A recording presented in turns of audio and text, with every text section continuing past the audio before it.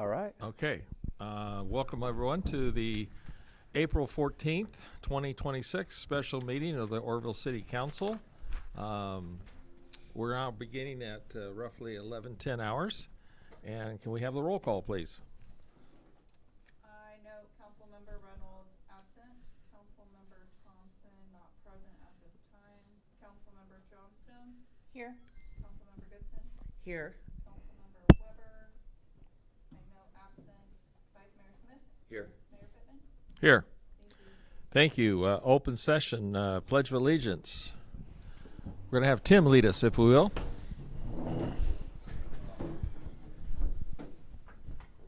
Please place your right hand over your heart. Repeat after me.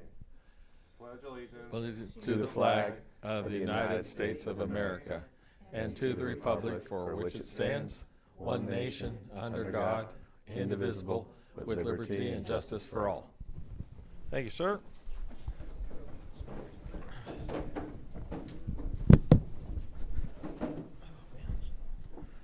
Okay, we are at our special meeting. Just to note, the location is the Orrville Golf Course. Just to let everyone know, we're here in the Table Mountain Golf Course meeting room at 2700 Orodam Boulevard West, Orrville, California. And now we'll move into open adoption of the agenda. I move that we adopt the agenda. Second. We don't have our roll button, so if you guys just want to say aye. All those in favor, please signify by saying aye. Aye. Any opposed? So carried. All right, the agenda is so adopted. Any public communication on hearing non-agenda items? Any cards? No cards today. All right, we are now at regular business, Goals and Priorities Workshop. Goals and Priorities Workshop.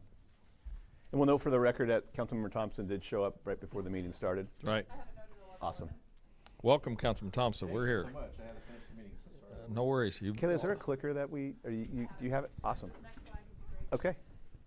We all set? Yes, we're all set. So All right. we'll lean it over to the City Administrator Brian Ring. All right.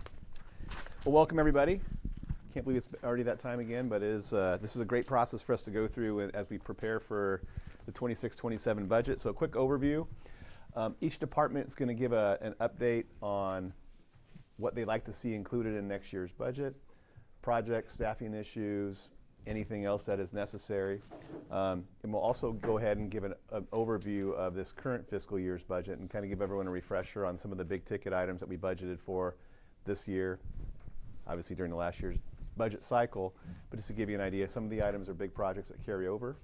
But this is the presentation order. Last year we had Public Works go last, and if you recall, well, Public Works has a lot of stuff going on, so we kind of flipped the deck here a little bit. Public Works will go first this time. And then we'll go through each department and go through what their goals and priorities are, and then we'll get some input from obviously the council at the end of the presentations. Next slide. All right, so again, 25-26 recap, refresher on priorities included in the budget, introduction to propose upcoming goals for 26-27, and then obviously we want to align what the staff's recommendations are and suggestions are with those of the council. All right, just a quick recap. Again, the city still remains to have a very, very healthy $9 million reserve. Again, I hear periodically I hear that you've burned through your reserve. The council has not touched the reserve. It's still the same reserve that's been there for probably 4 years now. Over $17 million was budgeted in significant project work for 25-26. A lot of work. If you guys remember, we went over that project slide with all the various funding sources. A lot of it is grant funded, sewer funded, various road funds. Frankly, very little of it was general fund. But Hewitt Park had $6.8 million, and that's been a huge success so far. Obviously, the project, I think it's closing that out, Tim? It's pretty much. The final closeout documents this Friday. Yeah, so it's pretty close to being closed out under budget. So that turned out very well. Engineering, Table Mountain, Washington. We got a $2.5 million grant from BCAG on that, and also we got another $800,000 or so from BCAG. So it's actually $3.3 million for engineering and all the right-of-way work for Table Mountain Washington project. That ATP grant is coming up again this month. We'll be applying for it. We applied for it last year, competed very well. Actually, was it 2 years ago? 2 years ago. Crazy, time flies. And frankly, we probably would have been awarded the project had the funding not been cut, but we've been working with our consultant, and fingers crossed that we're able to get the funding for that project. That would be huge. Orangewood and Riverview Terrace lift station design. We had $2.5 million budgeted, but there's obviously some of these projects, because all the design and engineering work, they take some time to get to the finish line, but we're probably going to be spending about $350,000 on the design and engineering work and then actually get them constructed next fiscal year. Cal Oak design and infill work. Again, we have a budget of 1.78. We brought an item back to council a number of months ago. The bids came in over budget, so this coming Tuesday you will see a new proposed project within our budget. That'll be coming Tuesday. Ophir Road, that project, we partnered with the county on that one, and great news on that. That project, I mean, it came in under budget. So we have about, I think, we're anticipating 300,000 or so in savings. So, Is that for unrestricted? yeah, no, it's not under, it's road dollars, but what that does is it gives us. Yeah, and frankly, like Montgomery Roundabout, for example, got that paved. It's going to be striped this week, but that project's probably going to come in a little bit over budget because we hit a couple snacks. It won't burn through all of it, but what it'll do is it'll allow some other projects. We have a Norton Streets. We'll talk about it a little bit later. That's probably going to cost us more, so it's going to help with other road projects. Okay, so while we're on it. Yeah. Hewitt Park came in under budget. Are those restricted funds? Those are park dollars. Parks and, Yeah. Okay. Yeah, it's grant money and park Curious funds. How much? Yep. Under budget? How much under budget? We're about 70,000 left 70,000, on okay. contingency. So I have a question regarding Hewitt Park. So are there any pieces left yet to be installed, like lighting? I was over at the dog park looking at that. There's no structure for the doggies to play on. And then there's some signage missing identifying the small dog park as opposed to the large dog park. I saw no designations. So I was just and then also there's some the netting, the things that keep the little dogs from squirting out between the rails. I was just wondering if there was still some pieces left yet undone, or if those are kind of like afterthoughts that may need to be addressed into the future. The big thing that's still on the way, we've ordered the solar lights for the parking lot. Those will get here in June, July timeframe, and we'll have shop forces put those in. I'm going to request a budget adjustment in the next couple meetings to reimburse the Parks Department. They took on some line items that were not taken up on the contract, landscaping, some of the rock work, the bathroom work, and Wade's addressing the small dog park gap right now. He's getting some prices on something that looks good and not out of place to keep the small dogs in there. Same thing with the signing. So it'll be I have about 70,000 left in contingency, but I'm going to ask for about 20,000, 25,000. See what the final bills are for Wade's crew to come in and ask for budget realignment from the park impact fees over to cover him. To add to that, I don't know if it's just because everybody's going there right now and maybe it'll settle down, but we definitely need more trash cans. Every time I've been there since it's opened, they have been overflowing. Trash has been on the ground.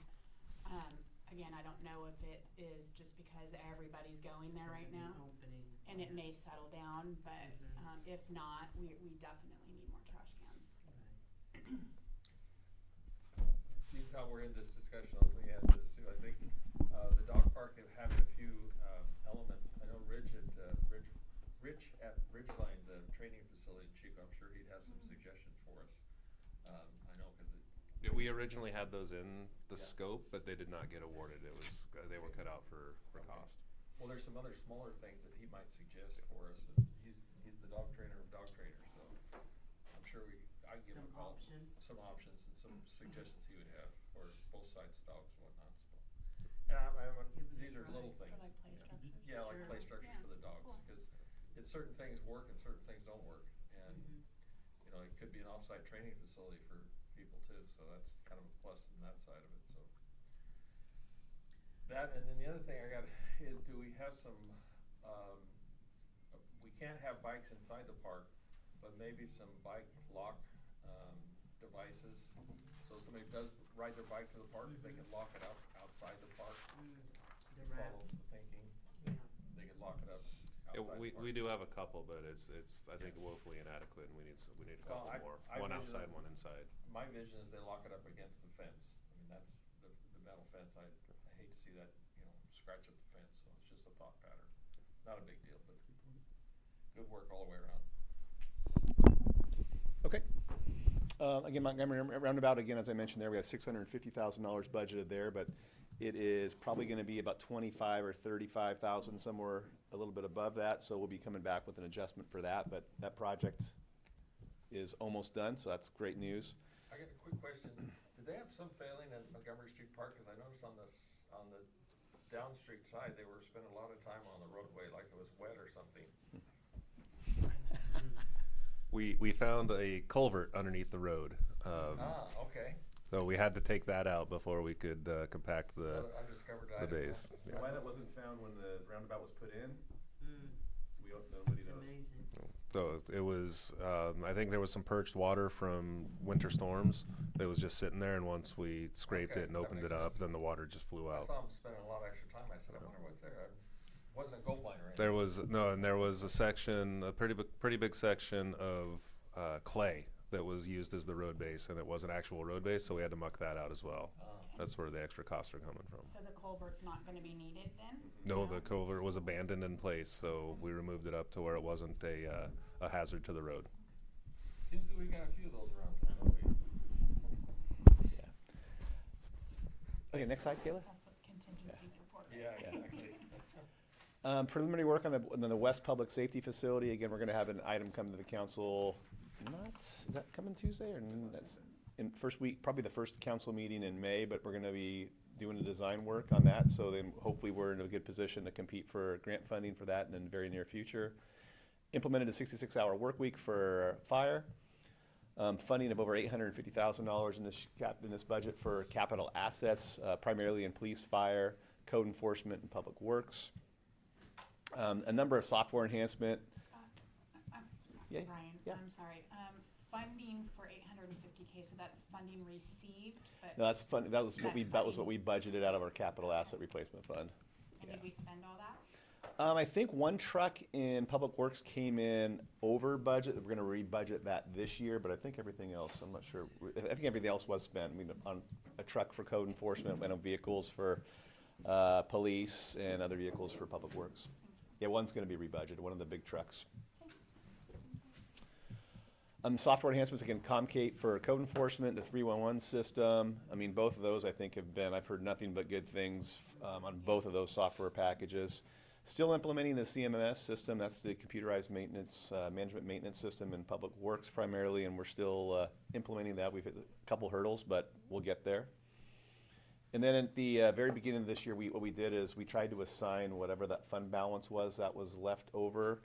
And we had $4.5 million assigned to pension obligations, $2 million to capital projects, $500,000 to contingency. And again, that doesn't mean we're spending that money. It was just like we had the fund balance, so we felt that was the appropriate place where our needs were, our most pressing needs. And successful open mission Esperanza. Next slide. So, lots of good things this fiscal year. For 26-27, there are a number of significant challenges that we're definitely going to be facing in next year's budget. Again, sales tax revenue, Ruth and I sit on a call, I think it's every quarter, with our sales tax consultant, and this is not unique to the city of Oroville. It's happening nationwide. But really, I mean, when you look at it, you look back 3-4 years ago, our sales tax revenue has dropped 1.5 million-ish, somewhere in that ballpark. So you got a decline in $1.5 million in revenue. And what have our costs done over the last 4 years? They've gone up just naturally with inflation and with wages. So you have well over a $2 million delta or hit here in the last, since 2021. Question on that? Yeah. Can we see where, because obviously our retailers are where we're gonna get the sales tax. Yep. Do we know, like, which retailers, Are doing well and which aren't. so is there a specific retailer that is not here anymore, or, sales is changed significantly? You know, we've had a number of things. I'll say fuel was an interesting one that jumps out to me, because I think when Maverick opened up, we saw a huge spike. But then the casinos, I think, have really been taking a lot of our fuel sales tax. There's been a couple, when Big Lots closed, there's been a couple things that have closed that I think have, obviously you lose that revenue. But we can, Rite Aid. I think our two major sales tax funders are just flat as well. Their Mhm. sales are just down. That be the car dealership or? Can I say the name? I think so. I mean, Sure. Home Depot, Walmart are big ones. Yeah, I guess, home renovations, since, buying and selling of homes definitely, really Yeah. does either one of those. That's There- one and two of our Yeah. sales. We're hoping to see an increase with the new lumberyard that went in. That will probably be very competitive for construction, especially if we get all these housing projects going. Well, And is there a way, I'm sorry, but is there a way we've continued the conversation with these developers of doing some kind of a credit for them if they do use our in-town suppliers? I think we just need to have a conversation with them, and I don't know why they wouldn't buy local. Especially with, if they're Yeah. just doing these big projects, sometimes developers will just buy their stuff Yeah. anywhere, Sacramento or whatever, and have it trucked up here to save funds, but if there's a way that we could do win-win. Yeah. I Yeah. think they do plan to. Let's just have, purchase we should have a more, conversation. Especially with fuel as high as it is, it's not gonna make as much sense to travel 70, 90 miles to put it here. And I do think that the market as far as housing goes is gonna, I've been talking to the realtors, at least that I know, Yeah. that it is seeing a little bit of picking up. We're kind of at that spot where, if they wait farther with interest rates, then there'll be more competition in the market, because they can always buy and then refinance, so it isn't as horrible as it was. Yeah. But anyway. Well, the upside is I just noticed Chick-fil-A started today. Yeah, that's gonna obviously be a huge, those things, and again, we've talked about this a lot, that like the chicken and the egg, obviously the market rate housing is gonna bring more people here with disposable income, which will hopefully support more restaurants, retails, to get our sales tax going back in the right direction. It's slated for a slight uptick this next year, but it's minuscule. Do we know how many new businesses or new retail opened in the last fiscal year? I don't have it off the top of my head, but we could probably get that for you. Yeah. And I have a question on the .com sales. So when you purchase online, Amazon, Wayfair, they're We're supposed, actually- that revenue is supposed to come to us, is that reported? Is there when Yes. you receive from the Yep. state? It's in the Yep. pool. Yep. Okay, it's in that pool. And do you know if, for example, you buy from Costco the same kind of way? So if you purchase online with them and then they deliver? So all of our online stuff is going to the county pool right now and allocated to us, but our sales tax consultant says we're doing very well. As opposed to if it came straight to us, they haven't got that worked out with their software yet, but she said that we're doing very well with the county pool as far as online sales. Okay, all right. And not to admit that any of us are using Amazon, any of us, but one of the things I've discovered, if you use Walmart's online, that's direct sale in town, and it has the same items, and they deliver the same time factor. It's kind of a unique thing, and I'm not telling you what to do, but it does help the super Walmart here in town. I've seen things that I never would have thought of being able to be picked up versus Amazon, so just to throw that out there. Cool.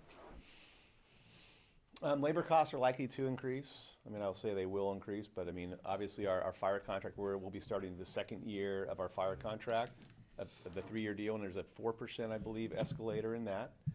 And then our labor agreements will be expiring at the end of this year. So actually, we'll be having a closed session discussion next Tuesday on to kick that whole process off. But obviously, there's going to be inflationary pressures to adjust wages in some shape or form. We've been talking a lot with the department heads about, obviously our needs will exceed our resources, right? The revenues aren't going to be there for everything that we need. It's nothing new for any municipality. But what we've really been working on is any additional items that, if I want to add something to my budget, how am I going to make that work? What am I going to reduce to offset that? Because we're not anticipating any additional revenues to sit out there that would be available to address additional needs. So that's something that we're really working on. And with that, just before I turn over to Public Works, I should have mentioned this at the beginning. We'll plan on lunch at 12:30. We'll just go, if it works for everybody, we can go get our lunches and come back and continue the discussion, but just to give you a time frame, about 12:30 lunch will be served. Okay. I'll turn it over to Tim. Welcome, Tim. Good morning, Mayor, Vice Mayor, council members. We can, some of the key accomplishments, obviously Hewitt Park, finished that up a couple weeks ago. Still dialing it in, but confident by the time summer gets here, it's gonna be perfect. Last week was crazy with the amount of kids that were in there, rightfully so. They had spring break and it was warm weather. Today, I think there was 12 people in the park about an hour ago, so the usage has gone way down, and that might help with the That's trash. what I was wondering, if there's just a correlation because it's a new park, right? But Yeah, something it's to keep an eye on. very popular. I know people have been coming from outside of Oroville to come to the park because it's a great park. You hired me, an assistant engineer, Jacob. We have somebody reassigned from PW that I'm using as a construction inspector right now, and that's paying dividends because as people are repaving the street on our encroachment permits, we're catching things that are bad work practices that we can catch now before they get into the road and become our problem 3 years from now. We did some emergency culvert repairs, Coventry and Highland, and also underneath Central School Basin. Also did the Argonaut Basin that had a pretty significant boil last winter. Not this previous one that we're just done, but previous to that. We didn't fill it up, so I never saw if the repairs worked. So we need to keep that in mind for the next season. But Public Works crews put in a new toe on the concrete face and also chase some cracks up the concrete face to help eliminate the seepage through. That was pumping quite a bit of water 2 years ago, and that was scary for a little bit. Wade's crew's done a lot of vegetation removal in the Dry Creek drainage channels, just that's maintaining. We don't need anything for fish and wildlife on that one. We can maintain it. If we dig a new channel, then we need to go get permits. So this is all just regular work that we do every year. We're gonna get the goats back, I think, next week or the week after, and they'll be moving around through the city. So you'll see our four-legged friends working. And then some of the capital equipment we did get, we got the new track loader and the equipment trailer. We did not get the 10-wheeler. That's the one that we under budgeted that we're looking to carry over to next year. I actually have a question on the goats, because from my understanding, the price for the goats, how long is our contract that we have with them? Is it 3 years, I think? I think this is the last year of it. Yeah, it's 3 years. Maybe after this, we can put it out to bid, not just for goats, but for even local landscapers, because as that price continues to go up, you know, I'd have to imagine there's local groups in town that would be like, gosh, I'd weed whack that area for $8,000. The goats, I like the goats, they're definitely not cheap. It seems like the price just keeps going up. Yeah, to add to that, I think that changed because there was a state issue regarding employment, and I think that they had to add dollars to how they were compensating the people working the goats. And the goats themselves, I Like a mean, year you or can't two ago. have goats making minimum wage.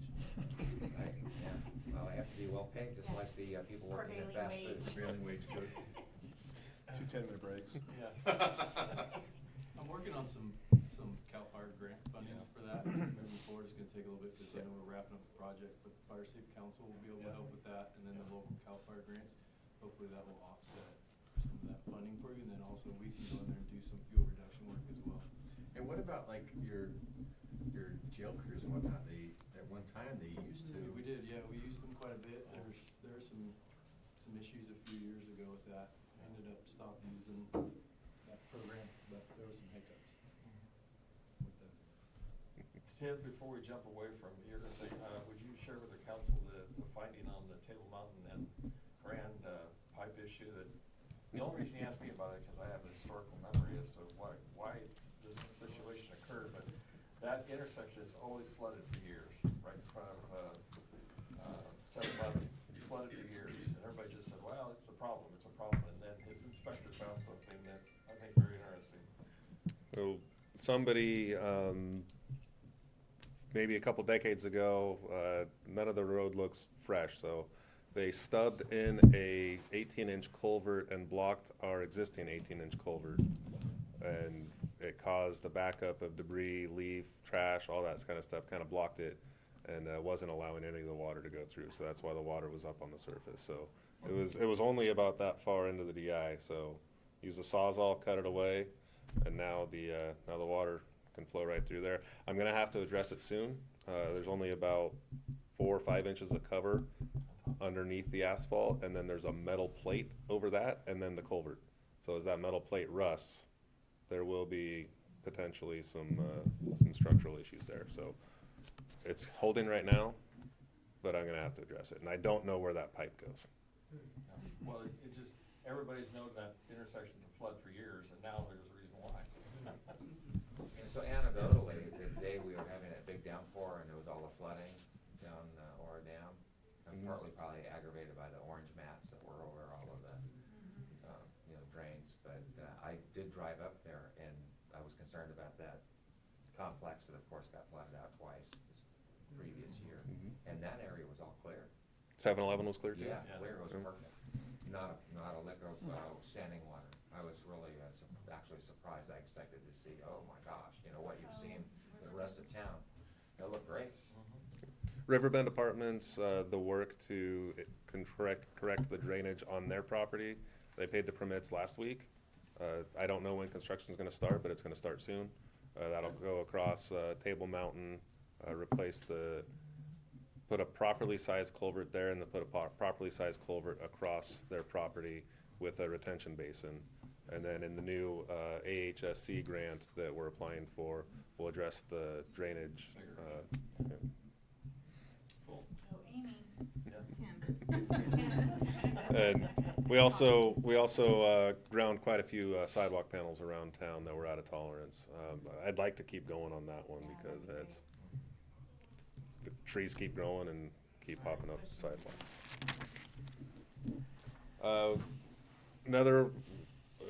The construction inspector that I have on loan from Public Works, reassigned, also asked to do something about Larkin. Every time it rains heavy, one of the 2 lanes gets blocked. So he went out there, had a couple of crew, and replaced the section of culvert, and it's draining perfect now. We'll keep an eye on some of the other culverts out there. There's a lot of root intrusion, so we need to do some tree removal. But that safety issue has been eliminated. Got some stuff at the airport. Cody's been doing some good work out there. Finished up the major crack seal projects. The FBO roof is complete. No, the next slide says that we're gonna continue the FBO roof, but it's complete as of today. We did full marking and restriping of runway 1331. Montgomery Roundabout repair is gonna be done this week, weather dependent. They're gonna work during the daytime because the temperatures were not gonna meet it at night. So for that stuff to adhere, we need to go in the daytime. And next week is just as bad, so I want to get it painted sooner rather than later. And then I have full plans and specifications for the Foothill Storm Drain. That's a 960-foot section of 42-inch culvert that doesn't have a bottom. We applied for a CDBG grant to replace that and also pave about 2,000 feet of Foothill. Before we jump off the airport, I'm gonna ask Brian to just update the council. We had a meeting with the Lyman College, and just briefly what their requests are, so let them know what they're talking about, because they're talking about expansion. Yeah, so there's a couple things going on. One is, I think they have a pole yard over off Midway, and the pole yard is not sufficient enough for their needs, so there's been conversations with the Lyman College for expansion there. And so that's one of the items, and there's some moving pieces out there on the property for some other places there's some lease agreements that could probably be moved and shuffled a little bit to potentially work with them on expanding the pole yard there. And then they're also looking at, this was fascinating, I didn't realize this, but you think about those power pole lines in the Feather River Canyon that are probably 200, 300, 400, 500 feet above the bottom. These line workers actually hang down from helicopters, and they work on these power lines, hanging from helicopters, hanging hundreds of feet above the ground, which is something I would never do. But obviously with that, they need to do training. So there is one power stanchion or pole out there now. They would like to, if possible, add another 1 or 2. So we've been looking at potential locations on the airport property that might work. to expand their training needs. So there's a couple expansions that might happen with the Lineman College out at the airport. Thank you.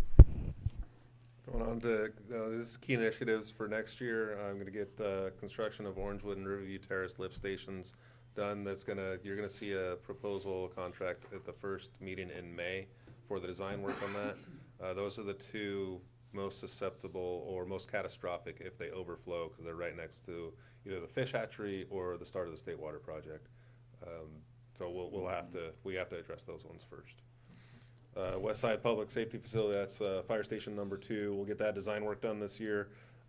Construction of that, we're gonna put in for a CDBG grant, but the Foothill storm drain may conflict with that. If we can't get 50% completed on that, we can't submit the public safety facility for the next cycle. So we have some time on that, but we'll be ready for construction as needed. Yeah, so we're very aware of that issue. So we're doing everything possible to spend those dollars down as soon as we get them. But I think you're all aware of, when, just because you're awarded, I'm putting that in quotes, before we get the standard agreement, Amy, and get all the paperwork done, and before we're eligible to spend money, sometimes there's months can elapse. So if we don't get the money in time to spend 50% of that before the next application, we might have to wait a year. So, but it's on our radar, so we're gonna do everything possible to spend that if we can. Construction duration of Foothill is gonna be about 2 months. If we get the money in September, that's too late for me to do anything this year, because that's gonna be a stream, and I can't go into the storm drain. It won't be September. If there is a chance that we get an award letter, we can ask to expend funds prior to the execution, but then that's the same risk that we took with the fire station, but they're guesstimating July, August for award announcements on a rolling basis. So if we're at the beginning, maybe, but if we're at the end, we definitely won't have a standard agreement by then. And I don't think the county's willing to help us out because they created the mess. Excuse me, I just had to throw that in there. Norton Avenue rehabilitation, I've put something on the council agenda for next week to discuss what the design looks like. Right now it's a 2-way. I only have 32 foot of right-of-way to fit 2 lanes, parking, and sidewalk. So it's either gonna be really tight or something has to go, but it's desperately needed. And we'll get that done this year. Yeah, so something for you folks to think about before next Tuesday. The options really are, if you keep it 2-way, you're gonna have to cut parking off on one side of the street, or we could potentially do a 1-way on Norton. So just think about that. It's on the agenda for Tuesday. We've already adjusted the Parks Department to cover Hewitt Park. We've got somebody every day till 7, and then we've staggered the hours on Saturday and Sunday, so that there's somebody there from 6 to 7. I want to do some more licensing to include certified pool operator certificate. We've got a splash pad. We need to keep that clean and operational. Well, I got a chance to see the workings in there, and your crew's doing a good job, but they need to have that pool operator certification. That's a very, very complicated system there. And, definitely needs qualified operators for sure. And we have to test that water every day, and if it doesn't meet the parameters, then we don't turn on the pad until it's within those parameters. So that's part of the training. Go to the next one, Caleb. So here, the FBO roof is already done. New solar lighting near Bedrock Park. This is the solar lighting that's on the north side of the pickleball courts that faces the levee. Working with the Parks District to draft an MOU on sharing the costs and sharing the maintenance.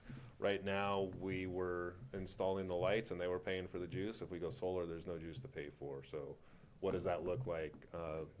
We're still working through that, and Brian Wilson was gonna go and talk to his board. You call them pickleball courts, they're actually tennis courts. Athletic courts. Pickleball absconded tennis courts. Going to continue to design a Bedrock Park. I'm going to get that review of that the first week in May. I've got the cost back in a preliminary design, and I'm not happy with it, so I've got some questions. I'm going to go back to the designer and make sure that we actually have that dialed in. Going to do the safety run on Table Mountain. That's the one y'all saw a presentation on design maybe a year ago. But I want to make sure that whatever we put up there is easily replaceable Yeah. and not take down the whole thing to put it right back up. Gonna continue south side drainage, gonna get the Fort Wayne Street, is that Fort Wayne right there? Right next to the olive plant. Greenback, Fort Wayne. It's Yeah. Greenville, Greenville. Greenville, that one right there, so. We're gonna get temporary construction encroachment permits, to go through that. We're working with the Olive Company.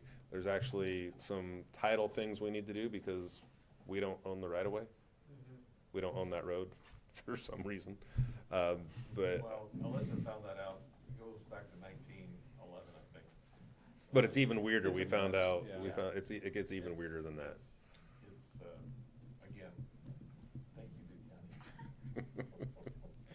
But looking to, I'm looking to get that one done, this year too. That's a major drainage bottleneck. That is huge. I do have to interject here because we do have the CDBG planning grant for the south side sidewalk drainage, and that is something that we had anticipated using CDBG funds for once we got the 30% engineering funds and everything to use. So we have two competing projects for that. So just We'll figure keep it that out. in mind. We'll figure it out.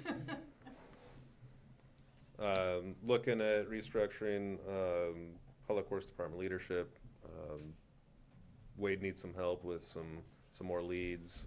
I need some help with some leadership. You know, Brian's working on some restructuring of my position that he'll, I'm sure, talk to you later about. And then got to figure something out about Ishii Middle School and Foothill. There's no sidewalk over there. I know the school's been working on a grant. We found that out, so we're gonna partner with them to make sure that we're working in lockstep and not competing, but actually have a synergistic relationship They over have the there. goats up there right now, at the school. Do they work for cafeteria food? I was surprised to see it. Vanessa's been able to increase visitation to the museum by 70% over the previous year, and we'll want to keep that going. She's been doing a great job over there, and the addition of Quinn, a part-time assistant, has been super helpful. And that's one of the desirements is to make him a full-time position. But where do we pull that from? Because he's been super helpful, filling in with the docents what they can't cover, and a lot of the school kids. A lot of school trips don't happen without those two. And like just gonna say to that, maybe there would be some, again, talk about the schools, some sort of relationship, because I understand he has been going to the schools quite a bit. And so, I mean, maybe there's something potentially there. And I know Stage also has volunteer temporary docents for school events on occasion too, so maybe that might be something else that they might be able to do more than just school events.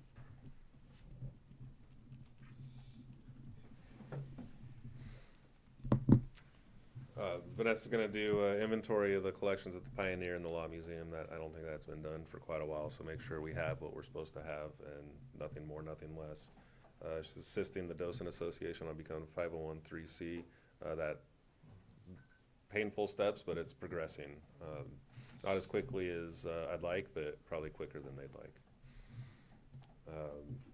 I need to get a on-call environmental, traffic, mechanical, electrical engineering services.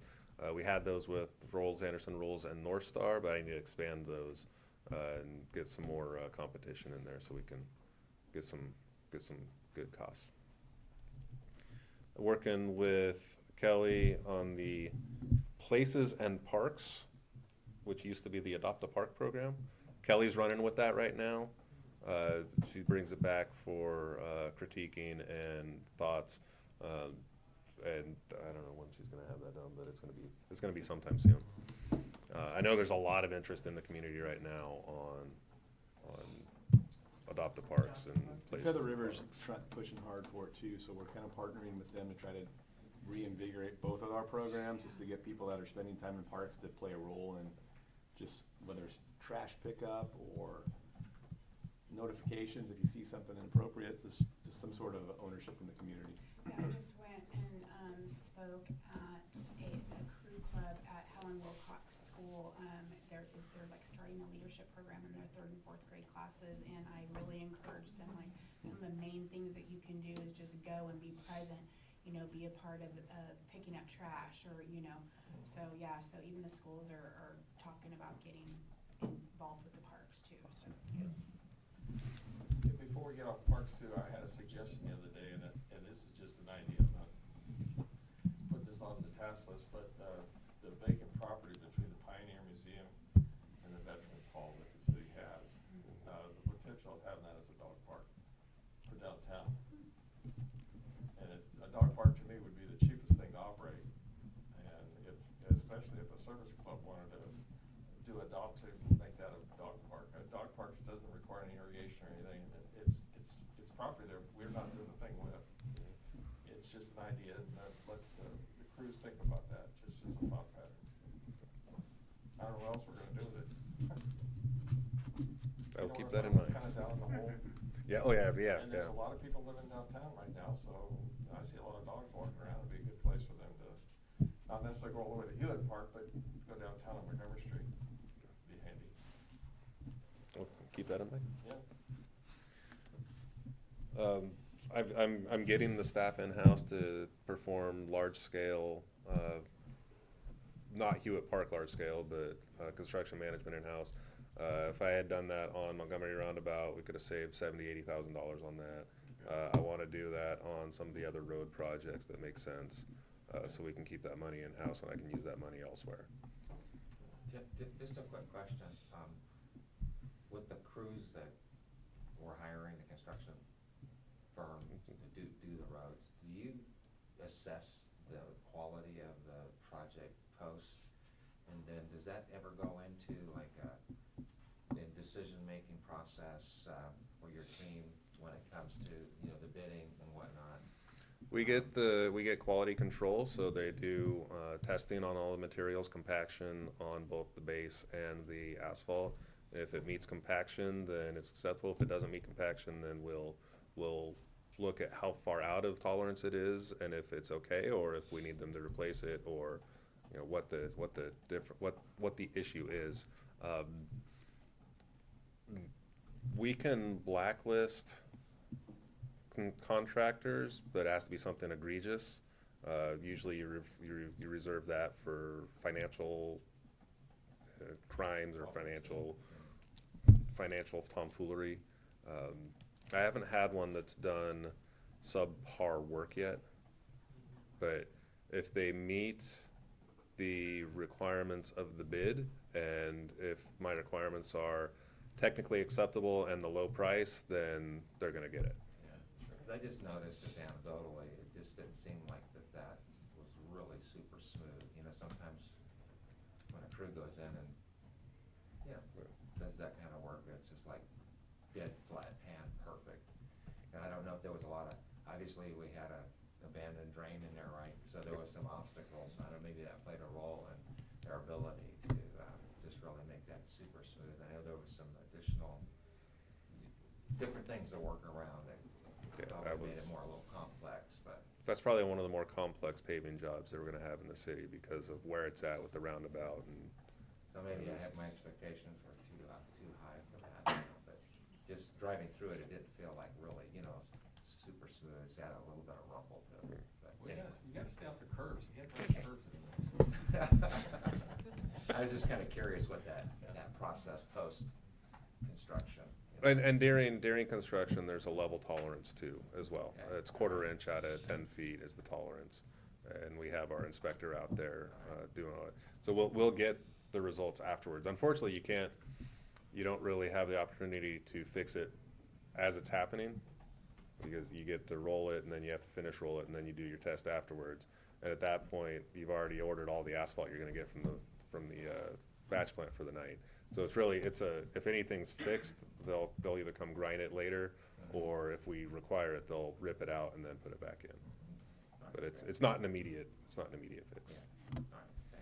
I'll say though, the whole construction management is definitely high on the radar. I know we had a road done, Table Mountain, like many years ago, and then we had sinkholes, like it was a year or two ago. So I think compaction and making sure our construction inspectors are actually double checking their work is critical. Yeah. But I think to Tim's point, obviously, whatever the scope of the work is, and the tolerances are pretty well defined, or really defined. Thanks.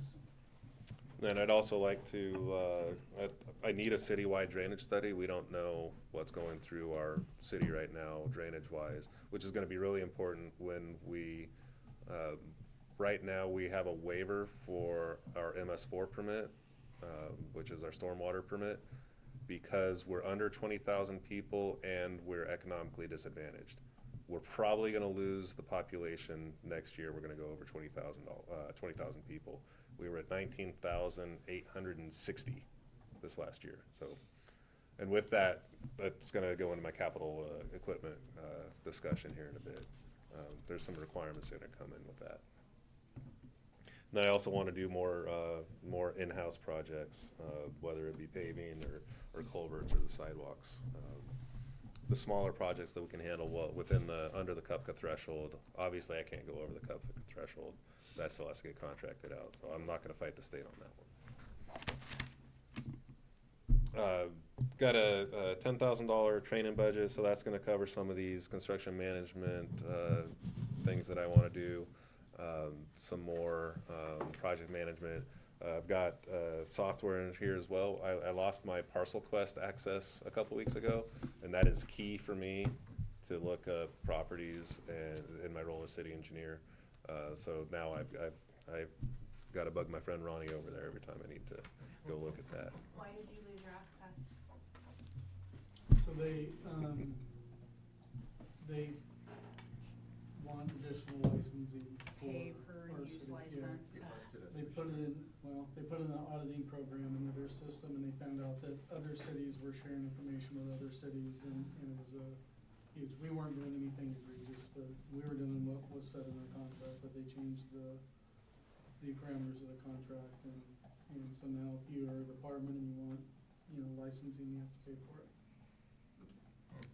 And we may partner with planning as well. Planning requires it as Use well. Multiple people in my team use it multiple times a day. It's actually a problem for all of I us. also found out the police department's using, we don't have GIS, and that provides GIS, Yeah. so that's the key to that. And so getting a new login is part of your increase of 10K? Okay. And I would just tell you, if you want a price, normally it's $2,999 a year for one license, and they're gonna reduce that to 2,000 if we buy multiple licenses. Up to 7, Seems it goes down a little bit more, so maybe Yeah. we can actually get a little reduced price if we Yeah. ever get it. And the 60K match for FAA grants, I think that one's, we've done that a couple years running, and we just want to keep that going. And sometimes that'll be even less if we get state grants as well. And I'm gonna need some additional funding for the upkeep of Hewitt Park. I don't think last year we budgeted for the power or the additional water. So I'm gonna make sure I budget for that this year. Chemicals. Chemicals for the treatment of the water, but also irrigating the land, because we've Yeah. got a few more acres of turf out there. Luckily, that's only gonna be during the summertime, so it's only half the year. If I had to put an order of magnitude on it, I think it's probably gonna be 3,000 a month, somewhere on in there. The water, we can kinda guess at, a scientific estimate. The power, I don't know what we used previously, because there was really no requirement for power. But luckily, it's just the pump and 4 field lights, everything else is solar. That's where we need that purple line from before. Come on, Score. We're still reeling from Reading Creek. Yeah. So, new budget requests, additional funding for in-house road repairs. I think we talked about that quite a bit last meeting. I have 48,000 in the budget this year. I can probably do about $300,000 worth of that every year. That'll be infill work, when the seasons are right and when we're not doing other things at those crews. Construction inspector, I need to make Wade's crew whole, because I have that position over in my shop, but I need to make Wade's crew whole. But I also want to keep a construction inspector because he's been, one more billet. So I have a billet over in my shop, but Wade needs that person back. It's like a loan right now, so it'd be a new position. Okay, so you have one and you need one more, so you want two altogether, 2 positions, Full-time. full-time. full-time.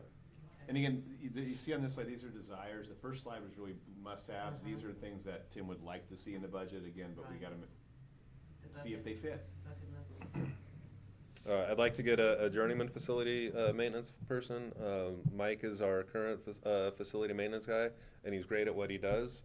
I want somebody who's the next step up and has those skills, like somebody who could do the back room of City Hall and make Ruth's storage room whole again.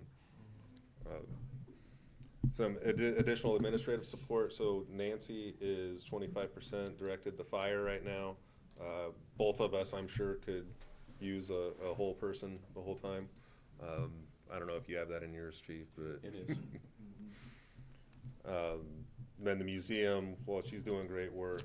She does need some money to continue what she's doing. And then golf cart for the airport manager. So that's to go around the perimeter and make sure that he's inspecting all that, but also when folks show up to the airport, he can give them a ride over here to the golf I just saw course. an advertisement for 2 golf carts in the bathroom for $4,500. What year? 2017, looked like in great condition. So There you go, 4,500. we actually, I use these in one of my duty stations in Kauai. So you think electricity is expensive here. Electricity in the islands is way more expensive. But we outfitted the roof with solar panels, so we never had to plug the golf carts in. They would just charge as you're driving around or as it's parked. It was awesome. So I would love to do that here as well. Choose your Did you say rate, choose your Kauai? fate. I did say Kauai. Why are you here? The Navy moved me to Washington DC. Okay. That's why I'm not in Washington DC. What are you? You're like, no. And then the capital asset budget, so this is in order of priority. The 10-wheeler is what we had on there last year, we just didn't have enough money budgeted. So that's a carryover request. The street sweeper, we have 1.5 street sweepers right now, the others up and down, either a new sweeper or we rent it during sweeper time in the fall. Vector for the storm drains, not just for the storm drains, but really any work that Wade's crew does. The one that we use right now is the spare from the sewer, and it's limited to 200 hours on the motor by carb. So 200 hours is it. If there's an emergency, then we have to go rent one. And Vector trucks are not cheap. They are not cheap. An excavator as well, so right now, we borrow either the one from sewer, but if they have an emergency or if they have a job, then they've got priority. It's just the way it is, and then we gotta go rent one. But that would be helpful for replacing any of the culverts or any of the other things that I wanna try to do in-house. And then a pickup truck, this would be the parks lead that we hired last pay period, Zach. So you can see, there's some huge dollar items on that list, and that's Yeah, where yeah.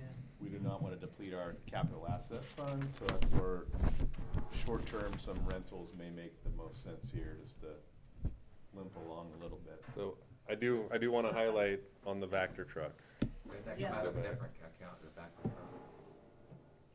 Well, it would be, this one, we're looking for one for storm drain, not sewer.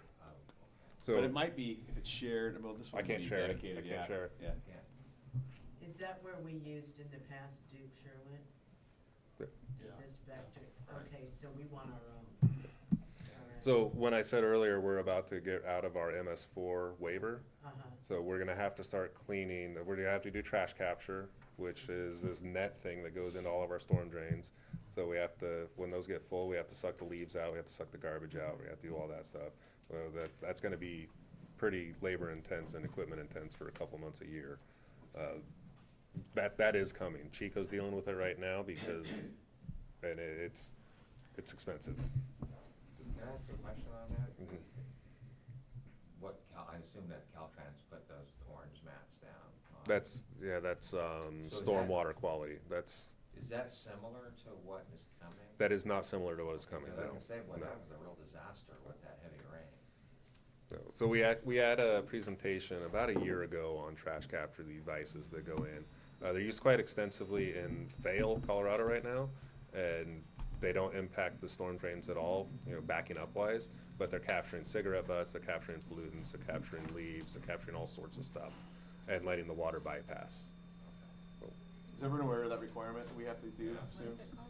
It's trash capture, so every storm drain inlet, obviously as we have big storms, you're gonna have a lot of debris go down that inlet, right? And the inlets ultimately lead to typically the river, or, so at some point, you're gonna have to capture trash, and obviously the two logical locations would be, at the storm drain, but then you have hundreds, if not thousands of these things that are Which is also why I need the drainage study. fraught with issues, or you do a major one at the end as it's leaving into, say, the river, you have like some sort of a box filter system that captures the trash there.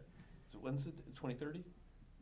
The deadline? We'll have more time because we have a we've few had a years, waiver, but- so we won't be expected to go from 0 to fully implemented by 2030. Do you think that there's possibly any grant funding available for that, just given we're so close to the Feather River?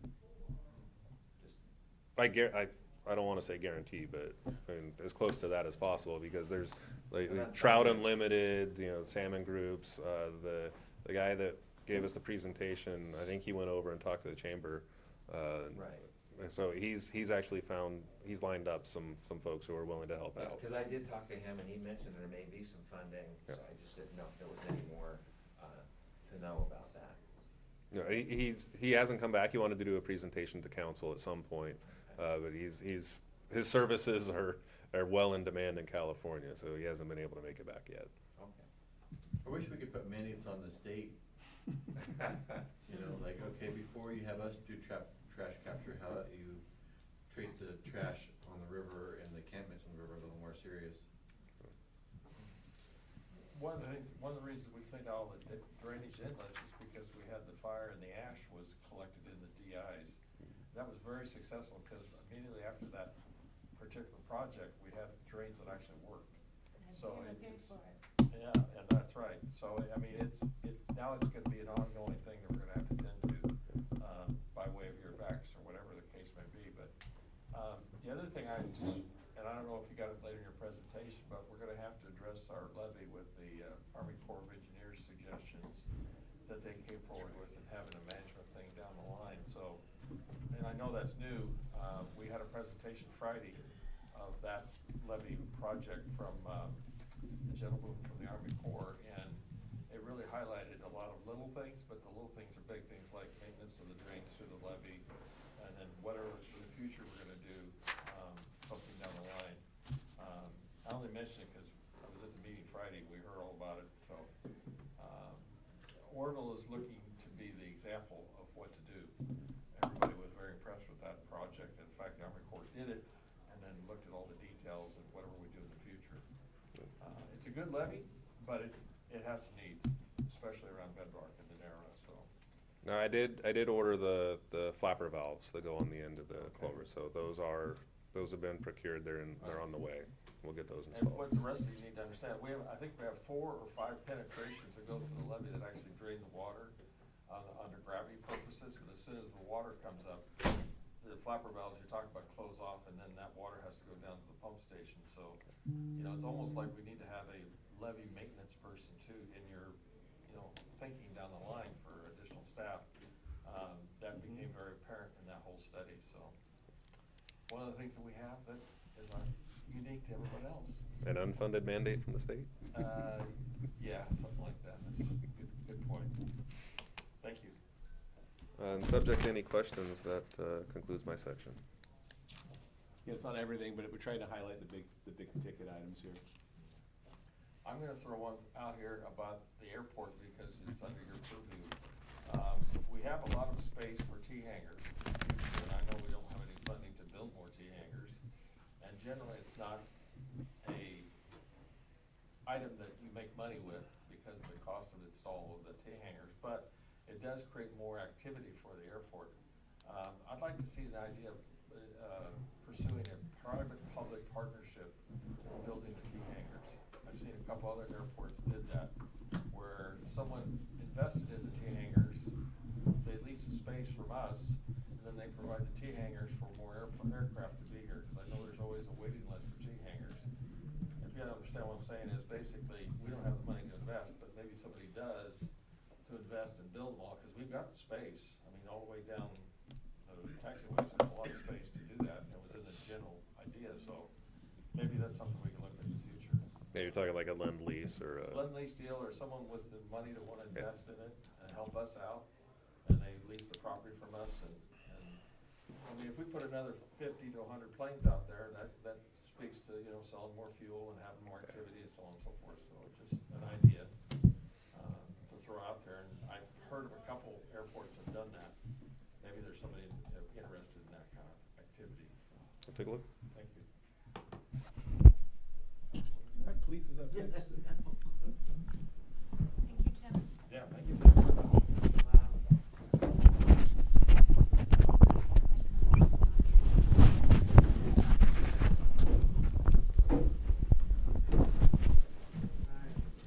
I feel obligated to say, is this thing on? So, Welcome, Chief. sorry I was a little bit late dealing with some issues. So to start off with, you know, where we started off last year, short quite a few officers, short quite a few staffing. Proud to say we are up to about 95% of total staffing levels across the board. We're just down, I think I have one vacancy left that is not allocated. I'm anticipating potentially a couple of vacancies, but I have some people on the back burner. So we're doing really well there. The other major thing we addressed was going through all the equipment that we had in the department. We had items, especially on more of the large crowd control aspects, equipment that had been expired for over 15 years. So we took a look at that and said, you know, we don't even need this anymore, so we're just disbanding all the equipment, and then we'll refresh as we see fit. But training was incredibly low. We had a lot of deficiencies through California Post. So we spent a lot of money getting us in non-violation with California Post, which glad to say we are out of hot water with Post. Everybody's up on their training, and we received a very good audit last month. So, Quick question, what do you do with that obsolete equipment? most of it is no good, so basically it goes back to an organization that is capable of, it's basically considered hazardous material. So it's treated as hazardous material. If it is a item that could be useful, then we try to get with a company that can reallocate it to a smaller agency that might want to use it. We're not there yet to determine if that's useful. There's no financial gain in any of it. I'm looking to see, they give us very little on that exchange. I'm looking for alternatives that put more money back into our pockets versus the smidgen that they give us on the exchange rate. As you're very well aware, done a lot of restructuring of the department to remove excess positions and allocate that money towards better uses. I'm not saying I'm hitting the mark all the way, still practicing and playing with some different things.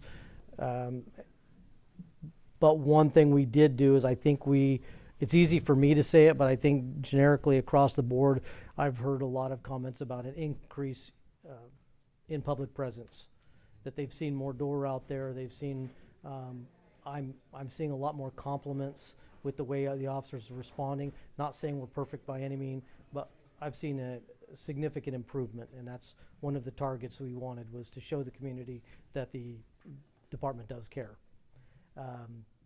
Decrease in overtime. We implemented a lot of new rules this year, So we took a look at a snapshot of November's overtime compared with January's overtime. We skipped December because there's a lot of people out that day. And it appeared to be that there's almost half, as we were able to decrease half of our overtime rates. And we're continuing to look for ways to decrease that overtime. Part of the issue is when we have such a high volume of activity, if somebody, and we don't have the staffing quite right yet, one person goes out, we have to bring somebody in on overtime. And that just costs us extra. So it's the catch-22 of staffing costs more money, but is it going to cost more in overtime, or is it going to cost more in staffing? So we will continue to revise and find that nice balance. I have a question. Do you attribute a decrease in the increase in CHP presence? We have an increased presence. So Southside. part of what it is In general, there is. we've been working hard to reconnect with our brother and sister agencies Okay. and create more of a partnership that had kind of gone away for a while. And so as we increase that, I'm now in regular communication with CHP. We'll call just to check in on if they have a case or we have a case that's similar. It's just more of a regular communication with them. State Parks is we've increased communication. So part of that increase is knowing that we're partners again. And so I think Well, it's working. well, I'm glad to hear that. We still have a long way to go, but I like the improvements that I think I'm seeing. Hopefully everybody else sees it as well. And that was a commitment that you made incoming when we were hiring you. We had that discussion about redeveloping those relationships, and so we're seeing, results, so that's a good job. Yeah. I'm glad you see it. I mean, it's easy for me to fake my belief and it's improving, but really everybody hears what matters and the community matters. So just want to stay on target. So public presence is a big thing. That's always always a fun challenge, balancing reactive with proactive. Sure. So for the 26-27, we've already started this, but in listening to comments, listening to where a lot of the city is putting a lot of emphasis on, not that we can neglect other areas, but trying to focus on areas that we're really trying to highlight the city, the downtown business districts, but I also want to include Southside because that's been an underserved area for a long time. So I'm trying to find ways to bring that into the same concept of downtown and business districts. There's a lot of value in the Southside area that I don't think the police department has done a job of providing the presence. So part of the plan is to just do an overall presence outside of reactive patrols. It's the proactive. Yes, ma'am. That's kind of where I was leading was, I would like to see that happen too, but more of building relationships rather than being reactive, right? You're being proactive, having, your officers out there, building relationships with, the community out there and just making sure that they know that, you're there to help, not, whatever. And I promised y'all I'd be transparent. The problem that I have, especially with younger officers, is if I give them an inch to take it easy and go talk to people, that 30 minutes or 45 minutes becomes an hour, 2 hours, 3 hours, and now we're losing productivity. Right. So it's a supervisory issue that I have to be aware of to make sure that we're on point when they're out doing their foot patrols or the bike patrols that will be happening within the next 4 months or so, that it's done efficiently and effectively. So that's just one thing, just so you know, that it's going to be a supervisory issue as well to make sure our troops know how to do this right. I appreciate you bringing that up because as I live on Southside, I give a person 2 to 3 minutes because anything after that, it's just a circular conversation, right? And so I'll just let them know, listen, appreciate that. I gotta go see a man about a dog, or something to wrap it up, but I'll check in later. And so they have to figure out it's like a car salesman. You gotta know your opening and your closing. So that's what the challenge is. Yes, ma'am. And sometimes people need to vent. sometimes they're not great conversations, and so we give them the time to do that. You can and, only stay for 1 Yeah, minute. you got like 1 minute left. But that's what I'm hoping to provide even before we get into the 26, 27 is we're really close to the numbers. It's every time I think I'm ready to do it, something else happens and I have to shift. But I think we're getting very close. Which alongside that is developing the regular parks, levee patrols, the areas that we're trying to highlight. The problem that I'm seeing right now is we're doing a lot of extra patrols, but we've literally had it to where Brian had sent me a text about somebody on the levee that was starting a fire. So I went to go, not yell at my guys, because I get frustrated. They had just left 7 minutes earlier, and that place was empty. So it took 7 minutes for us to clear somebody out, for somebody to come in and start a fire. So that begs the question, we can't just stand there all day long. Right. So the question is, how do we do the best with the resources we have? So I'm developing that, a layered approach of how we're gonna be doing this.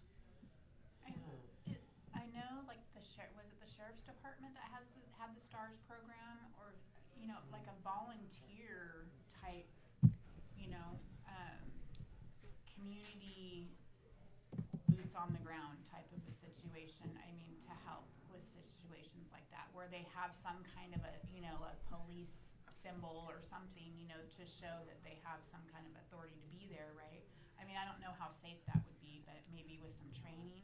I don't know that it's not, it's a matter of safety, but it really comes back to supervision. Yeah. And again, I have very young sergeants, and we're teaching how to be supervisors, so I don't want to implement something where I know that there's going to be a supervisor. We have to make sure that, A, they know their expectations, and they have the tools. If I don't have proper supervisors, I'm walking into a bad situation, so I'd rather not start that until I know we have the structure in place to support it and do it right. So there are quite a few people that hit me up and I do want to do that. I think it has a lot of value, but I want to make sure the department is set up properly to have proper flow of communication, proper structure in place before we do that. But I do want to do something like that. I think it's good for both sides. These patrols that I'm referring to, we're going to have e-bikes, foot patrols, but also I want to get that side-by-side more operational use to go all the way down to the dog park, and we're doing regular sweeps, and they can be revolving so that we reduce the amount of time in between. I'm also looking at bringing on a couple of laterals.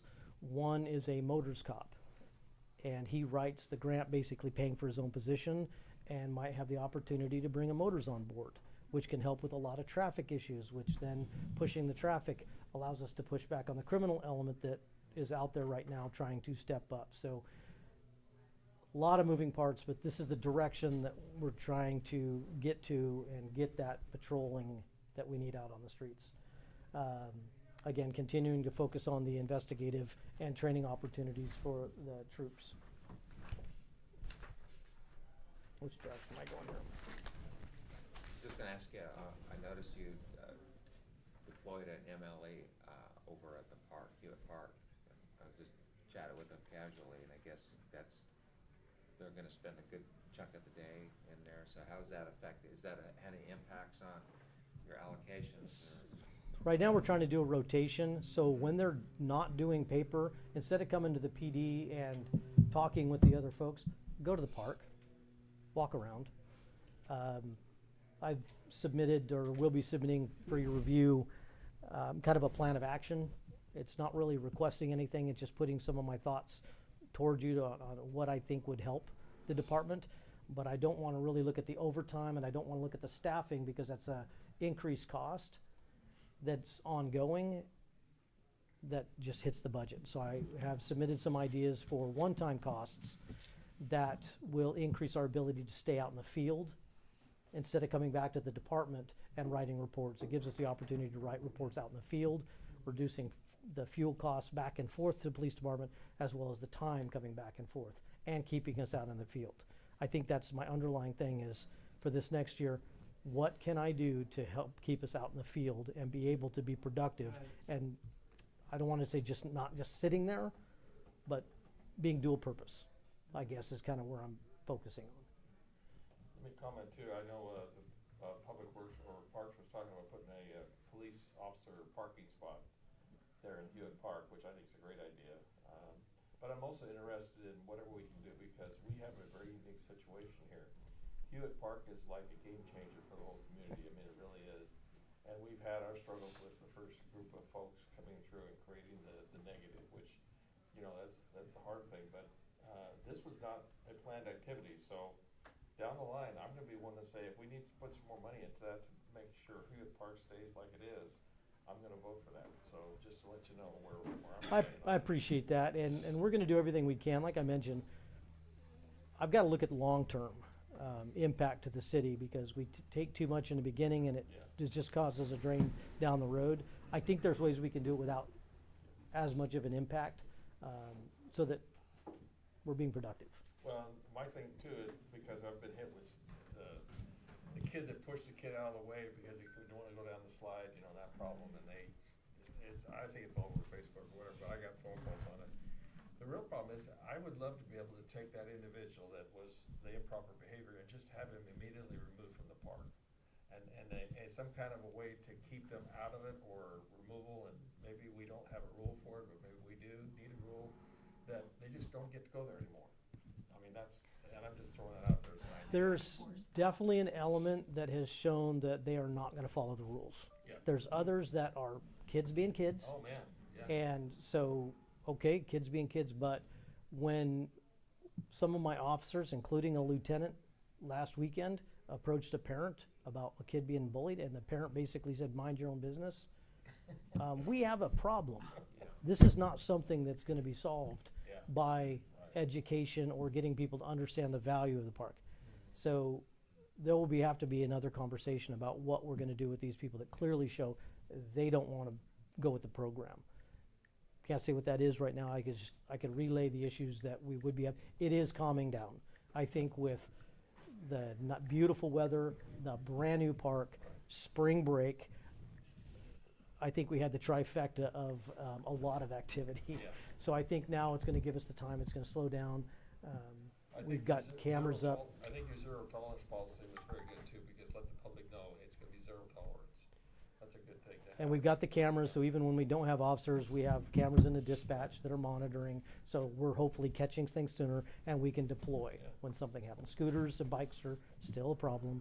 Yeah. Then eventually we can get, cameras with AI face recognition It's already there. connected with the paintball gun. And robot. And robot deployments. I like that it's calming down a little bit, because I would like to see the same kind of scenarios I talked with you about, Yep. happening at our other parks. That's my goal, is to expand, do the same thing Like a across the park city. rotation, It's yeah. not just one location. Yes, Hewitt is our capstone, but it goes for across the board with other parts of the city as well, including the MLK, including Southside. Our presence is needed everywhere. So we're expanding the detective bureau. Orville's extremely busy. To do this with only one detective was crazy. So I have two fairly newer officers that have really stepped up this last year. I mean, taking on every case, working with detectives. So this is a perfect opportunity to promote them to detectives. So Detective Bureau is now going to have a senior detective and two junior detectives, so that we can be handling more of the cases that come in where officers can't handle, and a lot of times just got dropped.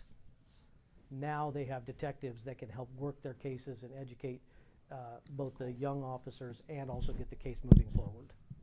But I don't like seeing the amount of cases dropped simply because officers don't have the time to do the follow-up. So that, we've actually started that. We'll be kicking that off, I think, in about 2 weeks. They'll be coming on board. Again, implement the foot patrol, bike patrols. One of the things I will be recommending in addition is the mobile computers and a one-time purchase of what's called mobile rims, and that allows us to network with our record management system remotely. Right now, we have to go back to the department to write reports. This would allow us to write reports in the field. with mobile computers. And so again, with fuel costs, with the time, we can do dual purpose work. Be in the park, be a presence while we are still finishing up reports from other areas. What does that cost? It's about a $35,000 one-time cost. Okay.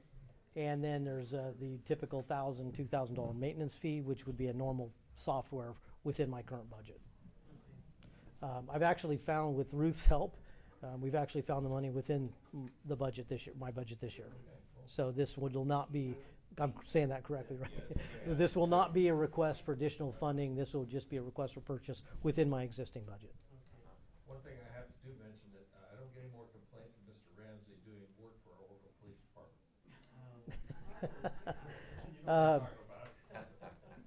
No, he calls me directly when there's issues. That's So the are we problems better with. the paperwork? What's that? Are we better with the paperwork? Yes and no. As we improve in one areas, we find discrepancies in other areas. So it's seeing where the lack of training was at, and again, having that supervisory aspect to teach, and when your sergeants aren't quite all there yet, makes it very difficult to catch the time and time. But fortunately, I have a pretty good relationship with the DA's office, and we're actually going to start working a program where, sorry, we're going off topic, Brian, I'm sorry. Just really quick too, food is here, we'll let the chief finish up, and then we have 5 departments heads still to go through, then a wrap up at the end. We gotta be out of here by 2, so we got about an hour and a half left, just time check. We're going to be rotating our officers for week-long cross-training with the DA's office so they can see what bad reports does on the backside. Potential to create a substation for downtown, I think I'm backing off on that one a little bit just because of the costs that would take, and I'm just being very cautious of our costs overall. The big one for me is the creation of a new evidence facility. We have to do something with our evidence facility. We do have a funding source for that for the majority of it, but we'll be continue to work with Ruth and other counterparts to see what other funding is available to get that project completed. One time we were talking about doing an audit of the records. Records or evidence? Evidence, sorry. We did do an audit with the evidence, and it got worse from the prior year, the prior audit. So we had 57 discrepancies in 22. When the audit was done in 24, there were 76 discrepancies. So we went the wrong direction. And some of the discrepancies are some that it wouldn't be worth repairing what we've got upstairs. It's just time to move on. Plus, that allows that space to be, allow for increased office spaces to help with our space, our office space issue. So.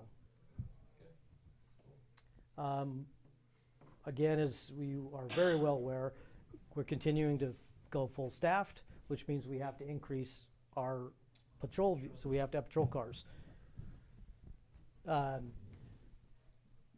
What you allowed us to do last year with doing the emergency purchase of those put us on a position to now we are not asking for mid-year adjustments to buy vehicles. It can be all done within the budget. The only thing I'll be asking for is a pre-authorization to get on the pre-order list, because if we don't get on the pre-order, then we have to wait till the rest of the pre-orders. So if we order in July, like we did, I'm not seeing I still don't have my last 2 cars from July. So that will be on for next council meeting. And then we're looking at reallocating some positions to increase the number of officers. That will be coming down the road. But again, trying to do as much as I can within the budget as far as that goes. I think that wraps me up. Thank you. Chief, and this, I realize it's a thumbnail, but what's your daily normal officer staffing, the officers on duty? So we are up to 3 officers and a sergeant on day shift. We have implemented 2 officers on a swing shift, and then we have 2 officers on night shift. So the swing shift now runs from 2 p.m. to 2 a.m. we're still just getting hammered a little bit on day shift. Right. With a lot of reports, but we went from Sergeant 1, Sergeant 2 to now we're looking at a Sergeant 3, Sergeant 5. Okay. So now we're ready to hit the other areas. Yeah, it's good to hear. Thank you. Yes, and we have Chief Ted's up next. We want to grab lunch and then come back. We can. All right, folks. Pat said, are you ready to talk to the whole team yet? I'd love to help you.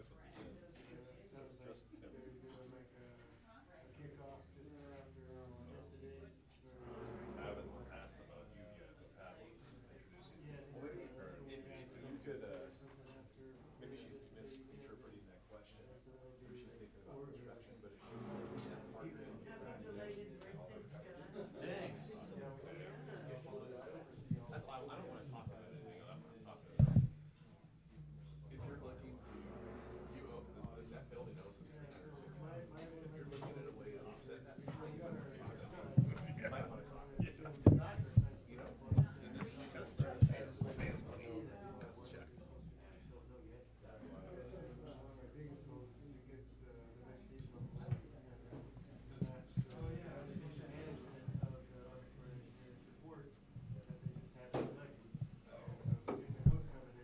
Hey, I increased your limit.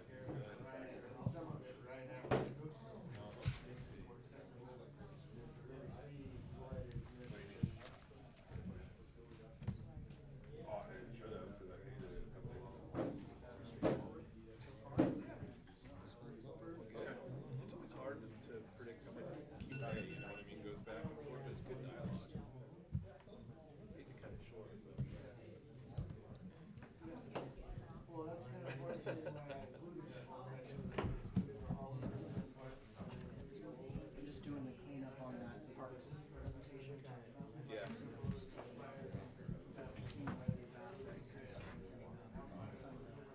Authority that they don't have. Way that you read so I added in the explanation.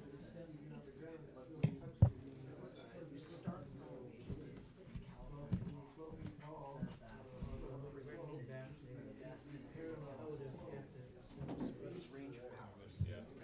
All of their property, all of the budgeting, all of that stuff. If you take anything away from that council or they delegate it away, it has to specifically divest the authority away from council or This doesn't do that. That's part of it. So in that way, it has to be read as advisory because you have to give life to all those other sections. So that's how that's going to do it. And then I added in more references to the code sections. I'll just tighten it up. I reordered it a little bit to flow. I just want it to be, I don't want them to have anything in writing to put back to you that says, well, this is what he said. You know what I mean? That could be. No, and I'm gonna present her notes together so that it's clear.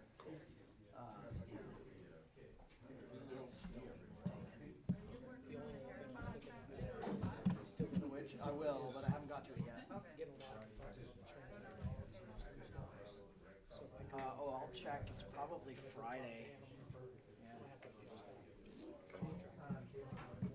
What is your cutoff for No, license. They're off leash.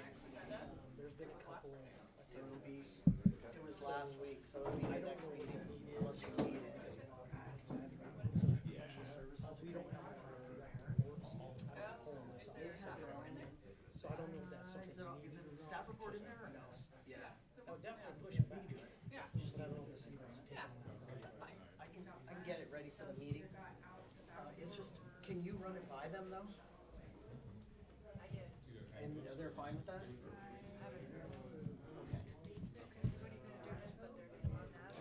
Yeah, basically, and then attach their proposal as Exhibit A, and then put a section in there that says, anything in the general body of the agreement, to the extent that there's contradiction with something that's in there, the general body of the agreement supersedes. Yes, there's for scope and price. That's basically it. Does it make sense? Yep. Everyone okay with Yeah, why don't you Chief just Tan reach start? out to them Wednesday, Thursday, whether they have any real big heartburn over the basic agreement. And if they do, then we'll talk to them. A lot of the same stuff. Your staff report and everything's already on the agenda, so it's not a problem.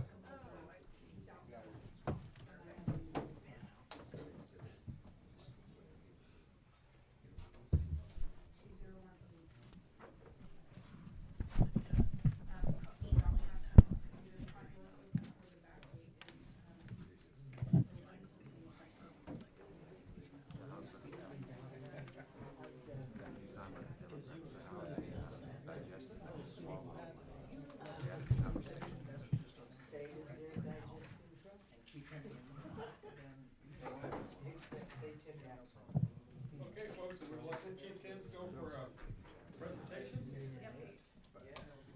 the recorder working? Yes. Okay. already have met it. Chief, go right ahead, please.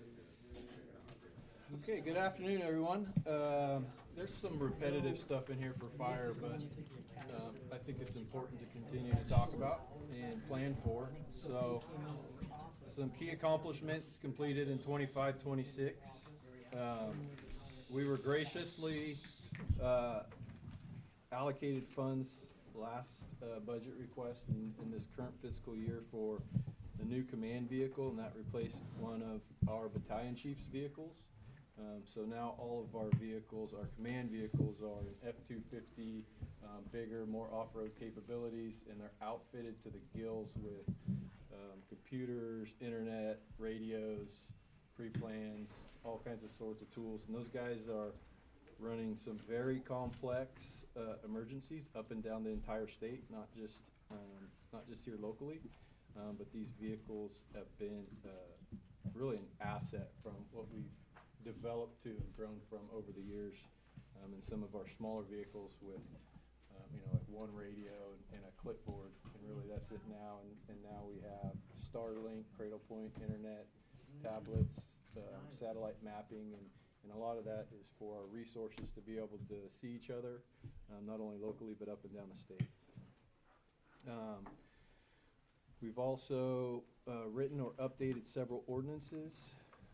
We updated local ordinances related to fireworks, fire hazard severity zones, the burn permit ordinance, weed abatement to strengthen fire prevention, and really they all angle back towards fire prevention. But fireworks this year will be interesting. 4th of July is coming up. This will be the first full year with that new ordinance, and there's a lot of information with that to follow that's coming down the pipe.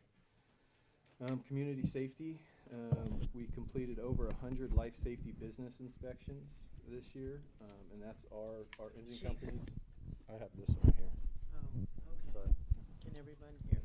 All right. So over 100 business inspections in town over the last year, and that's our folks, our engine companies getting out there, interacting with business owners and community members. Are they being receptive of that? Most are, yeah, most are. Most. Yeah, most everybody really likes us there, and it's an opportunity for our firefighters to interact with the community, know who their Build firefighters are in the relationships. community. And that's their number one goal when I send them out in the field to do it, is to build a good relationship with the community. And they've done a great job with that, while also making a lot of the businesses a little bit safer. Making sure fire extinguishers are, charged the way they are, exit lightings as you see, and stuff like that. That's stuff that we look for in early detection. And they've done a fantastic job with that. So nobody feels that your presence is intrusive? For the most part, no. I definitely, I've got one complaint on Sure. that. Of, more of the, I would say attitude, but the presentation, I guess, of the inspector. I can talk about it Yeah, later. we can talk about it offline for sure. Yeah. With that, we developed a defensible space inspection program. This is outside of the weed abatement. It's really like an arm to the weed abatement program, but this is a requirement under the new fire hazard severity zone requirements. So basically, in high and very high severity zones that now affects the city of Orrville, anytime a property is sold, we have to go out and make sure that the defensible space is met and the requirements have been met. And we work directly typically with the realtors, and I've met with the Realtors Association and stuff on it. But all that information will be available on the website for folks to see ahead of time. Is So- that particular inspection a charge basis, or is No, it? we don't charge for it. Okay, Yeah. thank you. Yeah, it's basically, we call it LE 100, and it's on our website, so the realtors can see it ahead of time, and they know what we're looking for when we get there. And we've had really good success with it so far, and fortunately, there's not a lot of properties that are being sold. We don't have a huge footprint, but we are seeing them trickle in. And we improved the fire safety education on the city website. So a lot of this information is under the fire prevention tab on the fire department's website, linked through the city. But there's a ton of information. Anything that we go out in the field, we'd like to put on the website so the community knows ahead of time before we show up. Nancy's helped out a ton with that. Improved response times. We implemented the Opticom traffic signal, the preemption for the lights. I think that's been 2 years we've been working on that now, and all the city lights are done. So anytime an emergency vehicle, primarily fire right now, but when our code 3 lights are on, they turn the signals green. And we're hoping to continue that with the 162 project on the Caltrans infrastructure for the signal lights. The ones that they have put in recently that are new do have the preemption, and we're hoping to continue it because we've seen some pretty good successes for the most part with that. I mean, when the guys are pulling up, they get a green light, so hopefully that makes it a little bit safer for them and the community. Priority dispatching we talked about last year. We implemented that, so that's for the care, like the nursing homes and stuff. There's medical staff and it's non-emergency. We're not going to send a fire engine. There's doctors or there's nurses or somebody was already there. There's really no reason for us to go unless the ambulance can't go. It's basically non-emergency. Toe pain, knee pain, back pain, those types of things. Anything that is more of a true life-threatening emergency, we'll still respond to those.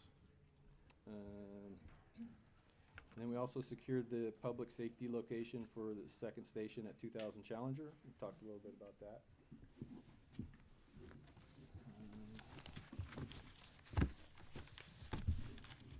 Next, I always like to show you guys our stats. We're busy, we talk about it a lot, but just out of our station, we responded to 6,658 calls.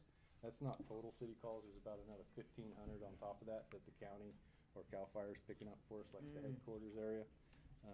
But the next busiest station's about 2,000 calls, just to kind of give you an idea where we land on the graph with that. But it's really busy. And over 4,000 calls for medicals. Each one of those, every call we run triggers a report, but the medicals are a little bit more extensive with the pre-hospital care reports we have to fill out for every single patient contact we have in the field, unless the ambulance beats us there, which doesn't happen a lot. So that's about 40 minutes of report writing behind each one of those medicals. Is it, do we send the full fire truck when we do that, or? For medicals? Yeah. Is that just like law, or is there a way for us to have, something that puts less miles on our big trucks? There's ways that we've looked at. The problem is that it needs to be in addition to, but there's options to run like a Type 6 or squad or some kind of EMS pickup, which we would like to do. But I wouldn't recommend down staffing, like the ladder truck or engine specifically for those. When we were kids, we watched Emergency. Remember Kevin Tye? And the smaller. Can you just When some of us weren't born then. I was going to ask on those medicals, because I listen to the scanner and I hear abdominal pain. That's real frequent. Are we seeing an uptick with the unhoused population? Because I would imagine that's consuming some resources. It does, yeah. Not to belabor that, but just It does. is there a net No, uptick? Just to be frank, yeah, it on every call we run. That's a pretty So I high have factor. a question. Do you see a reduction in medical calls now that I think a lot of people are aware, just because you call for medical doesn't mean that you get a priority when you're transported to the hospital and, you're at the top of the list now. Are you talking about the actual being transported to the hospital, or like that triage? Yeah. There's still triage. It doesn't matter if you come by ambulance or walk in. So you'll go through triage just like, unless it's true life-threatening, you're gonna go right into a room. Right, That's still part of okay. triage. So the ambulances communicate with the hospital via radio on the way, and they'll give a report to the nurse typically, and the doctor's listening and hears, and they'll prioritize there. But when they come in, they'll say, no, you're going to the waiting room, or Oh, okay. you're going right to a room to be seen, or you're going right to surgery, or So that trauma. happens all in the transition at the transport. Okay. Yep, yeah, so they'll know basically where they're gonna go. With the calls, do we know what it is about our community that would, I mean, you said 2,000 is the closest, I mean, 25. Comparable. Right, but still, around at least a double. A lot of it has to do with services in the Orville area, the jail, the hospitals, you know, all basically in Butte County, and at least in southern Butte County, most services are in the city of Orville, and some of the apartment complexes and stuff we have tend to draw a little extra attention from us. Is there a way we can, I mean, I'm sure you think about this, Mm-hmm. augment our services or shift it so that? So, yeah, so I'm working on an ordinance right now. And I don't wanna go too deep into it. Okay. But this is a good conversation. But yeah, we recognize there's a problem. I've recognized it for a lot of years. And especially with aftercare treatment facilities,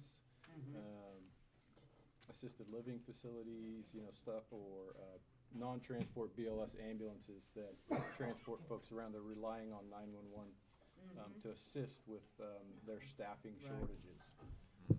So I'm working on a proposed, and I think it's on the next agenda as a discussion.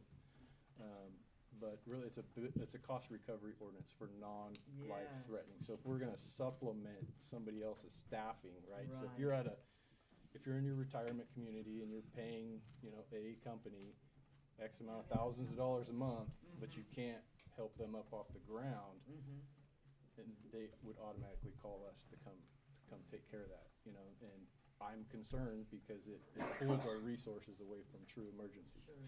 So, we're looking at a way to recoup some of those Good. expenses to maybe alleviate some of those. So they can, and if they have a problem with it, they can figure out their staffing so that they're not. Yeah, essentially pay the bill or hire somebody. And that's the nicest way I could put it. They're getting a ton of calls So- right now in the evenings, and it is just like you said, falls down, they don't have the adequate staff, so they're relying on. So they're calling 911 Yeah. to say, hey, come and help me. We have one This of our just- staff Yeah. that needs help. Yeah, I don't wanna give a bunch of examples, but we've had people schedule 911, like when we should be there. So, My Yeah. question is, that beyond me anyway, but okay. So, and maybe this is a dumb question, but, why are we, when 911 is called, and I know that, you know, EMTs is sent out, ambulance is sent out, why are we sending out our big fire trucks if there's not like a fire? well, we're all risk, so we're all risk, we're okay. BLS, so we are EMTs and some of us are paramedics, so we provide that same service, and there's way more fire engines than ambulances. There's 2.5 ambulances in the South County, and there's a lot of times we're pulling from Chico or Paradise, and we're pulling other ambulances in. So, you know, 3 911 calls in the cities happens all the time, and so essentially that third person's not gonna get an ambulance. So, you know, we send, we're equipped with, you know, specific medical equipment. There's a lot of life-saving things that our folks can do in the field before the ambulance gets there, and seconds count. Okay, so that's what I'm saying, so you guys will perform life-saving Oh, absolutely. until an ambulance gets there, Mhm. but you don't like literally transport. Yeah, we're non-transport. Yeah, we're non-transport. Yeah, But yeah, we will go there if somebody's choking or somebody's not breathing or something, we're gonna get there more likely for us to get there before the ambulance. So, What Chris is saying is something I mean, when I was on the job, we never ever did this, but to actually schedule a 911 visit because they don't have staffing to pick up a person. They're scheduling us, fire department personnel, to go there to help. and we're not charging for that Well, at this that's, moment? That's what the ordinance is about? Yeah. well, it's difficult because there are some stuff in the master fee schedule to allow us, but there's really no teeth behind it, you know, so this would be a document or really directions on how and when to bill with, Can't we just say no? no. Well, No, we Lawsuit. can't. We can't, we'd get say no. sued, no. there is an authority that tells how the EMS operation occurs. Yeah, we're obligated to respond, and, you know, it's improved with the command center providing dispatch services with EMDs, so they're medically trained, behind the phone so they can provide instructions. So you have a full service all the way through as soon as you call 911. And I appreciate that, you know, in real emergencies, I mean, I appreciate that, I just can't. It's hard for us to say something's an emergency or not without Being there. without being there. We have cards and stuff, we ask specific questions, but, you know, sometimes knee pain is somebody's worst day, you know. I've been tooth pain. Yeah, so, yeah, it's hard for us to, you know, to screen those calls it's really hard. We try, and we do, but we're basically not gonna say we're not gonna go unless a medical facility with medical staff is on scene. Outside of that, we're automatically gonna go. We may go code 2 and kinda take our time getting there for certain stuff. But anyways. Thank you. Yeah, so over 4,000 medical calls, 25 structure fires, 18 vegetation fires, 151 other fires, which could be, you know, rubbish, shopping carts, anything people light on fire, vehicle fires, and then 5 hazmats and public assist.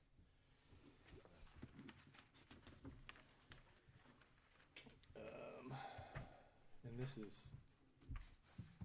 is something I think everyone's pretty familiar with, but this is something that I plan to continue with. I've kind of been working on it for 6 or 7 years, however long I've been in this position, but I think most of you know the reasons why we would like to see the second public safety facility on the other side of town. I think council supports it. Probably don't need to go down this list, but it's going to provide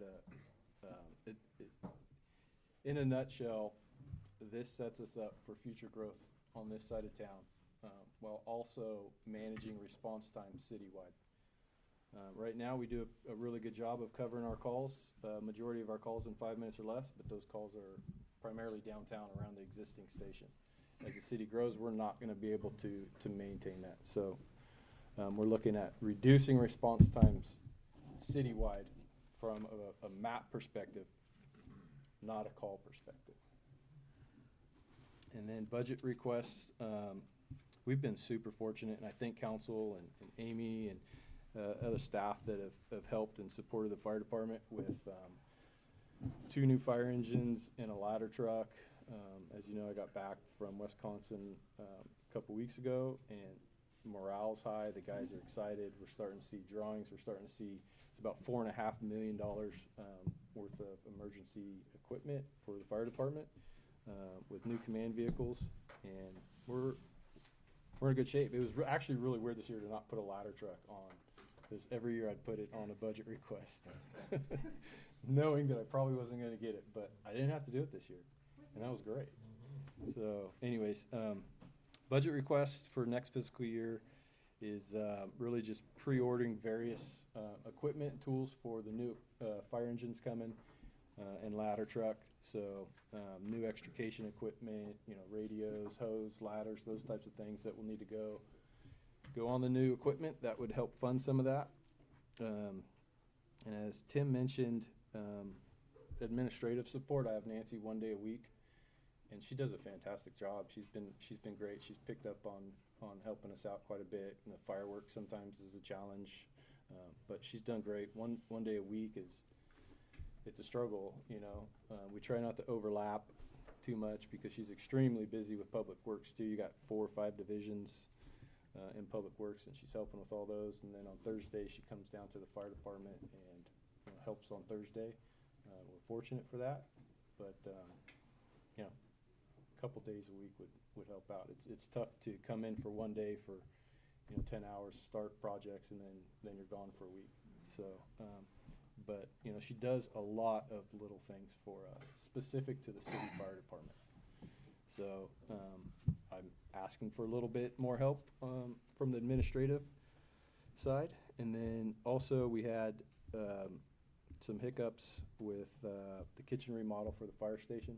So we're going to start that process again. So I'm just asking to take those funds that we've already had and roll them into, I say roll it, but there's probably way more to it than that. We still might try, we're doing what we can to get it done this fiscal year, but the bid came in over the cut threshold, so we're doing an informal bid right now. So with that, open any questions. That's into fire department's update. Quick question in regards to, do we have a current volunteer program? We do not. Is that something that would be beneficial, or? It can be, it's, Or more pain than yeah, Brian and I have talked about it, there's probably some pain with it, but really they would be city employees. So workers' comp, paying for the PPE and all that would be on. Well, I understand PPEs and whatnot, but even as a volunteer to be considered a staff? Yeah, they would be city volunteers. We could obviously, like on the Butte County side or Paradise or any of the other contracts in the unit, we provide the training, we help them, we put them through our academy, and get them going and supervise them. But if one of them was to get hurt or, wreck, responding to a call or something like that, it would come back. And I just wanted to make sure, Brian and I have had this conversation a couple times that, they would be liable on the city side. So if that's something that the city's interested, we can. We've really tried to get our feet, I think, underneath us with the contract. We've had a few years now. On the Butte County side, it's great. It's worked really well. But it is a lot of work. Does CAL FIRE with the county, do they have a volunteer program? Yeah, they have several. Yeah. Yeah, it's stations actually that are Yeah. volunteer stations. And stations, yeah. A lot of the remote Yeah. areas have volunteers. It's definitely an option, but there's a cost associated with it, so, it's really, we can do it. It If is a that's lot what of work, council. though. It is, Well, yeah, and on the county side, I think Brian understands it, there's a lot of work behind it. There has to be, I guess, maybe a point, a pain point where the cost and the work augments and says it's actually makes it worth it. And I'm not sure at what point that is, but as we expand and we have this, the station out here, potentially future considering a station more on the Kelly Ridge side of town. Yep. I'm not sure, I'm not sure Yeah. what that threshold is that we cross or say, it's actually worth, but it might be advantageous now to begin to, I'm not sure if we need to, I mean, if the county's already has one, if we Right. could piggyback off it, or if there's some things that we can soft roll out, things that kind of get us moving in that direction. And we do, we use the county volunteers, but they have to be requested specifically, so they're not gonna be automatic, but like water trucks. The Kelly Ridge water tender, with Darren Reed on it and his folks, and, they do a great job, we request them and they come help. We're kind of reaping the benefits right now and not paying much for it, so they do come and help in the city, but it's more primarily for the county. So. The other thing I had too, and Chris and I have been working with the superintendent of Orville City Elementary, I just forgot his name. Holcomb, yeah, Holcomb. We're working on a program for next August to actually have an after-school fire cadet program at Wishy Hills. And they're actually going to have some of these firefighters doing training on so what it does, it raise the interest level at that grade, so that can get them into volunteer. And he's actually going to fund that program. So that'll be an interesting, he's got to get the person willing to volunteer first before you grade it. Yeah, so that's out there to happen, and hopefully for next August of next year. Okay, thank you. All right. Next up. 50 minutes.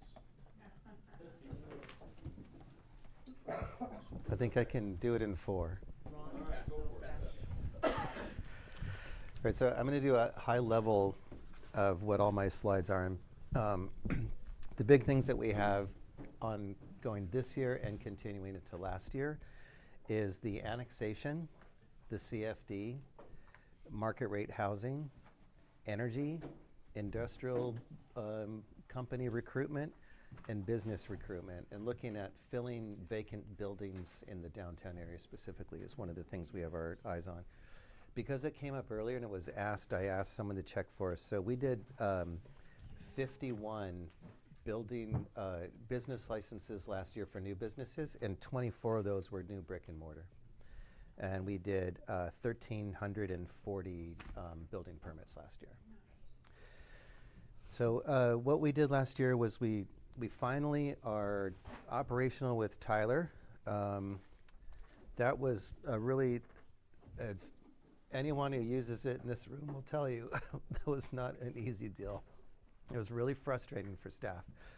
And and it took away from doing some of the other things, but we weathered through it all, and now we seem to have it down, and the customers seem to understand it. People are applying online, so it's finding its groove right now. So that's good. Well, community development doesn't really use 311. We launched it. We did the Noel wrote the RFP, and then we put that out, and then it was a team effort to get them on board. But and I'm very happy that it's working out for Ron and Tim, because it's really benefits their department, and we have a little bit to do with it. We asked to have access to it for to help customers when they call in and they're asking for different things, and we can take a look at it. But that's really all that we have to do with 311 at this point. And then we've been looking at, we've talked about this for quite a bit, but a path to yes. So we approach everyone that comes in the door as that what they want to do is okay, and then we start to look at, like, okay, is it okay? And sometimes it's not, but often if it's not okay, we can find some way to pivot and help them find a way to be able to get to do what they want to do. We have hired a fire marshal, which was, he is amazing. He's doing so much, he's getting so much done. He's done all the apartments, he's done the schools, he's done some of the, all the A occupancies, and he's really moving things through at a great clip. He's also now taken on doing the Firewise Council, so he's looking at helping neighborhoods establish new Firewise communities inside the community. And he's taken on the fire. Oroville Area Fire Safety Council. Thank you. Yep. So he's taken on as being the staff member for that. He's going to those meetings, and he's actually really doing a great job of networking himself throughout the city. So. And he's 5 days a week. And probably, I think we're saving money. We had a contractor 2 days a week. Right. Save money, and we're getting 5 days. So this is Right. one of those things we've been talking about. And he's just really Still good with is. the people, and yeah, he's doing a really great job. Has he been introduced? We have not done that. We need. I'll bring him to Yeah. the next. I'll ask him to come. Thank you. Maybe not to the next one. He lives in Reading, so well, no, we got a week. I'll ask him if he can stick around next week. He's not working Fridays, and he flexed his day last week so that he could come and attend the Hewitt Park grand opening, and he held a booth there, and so that he can promote the Firewise Council, and he actually got a few people interested in possibly doing their neighborhoods. We completed the EIR for the major warehouse project, and we're advancing some housing projects. So we are looking at expanding out the city. Wes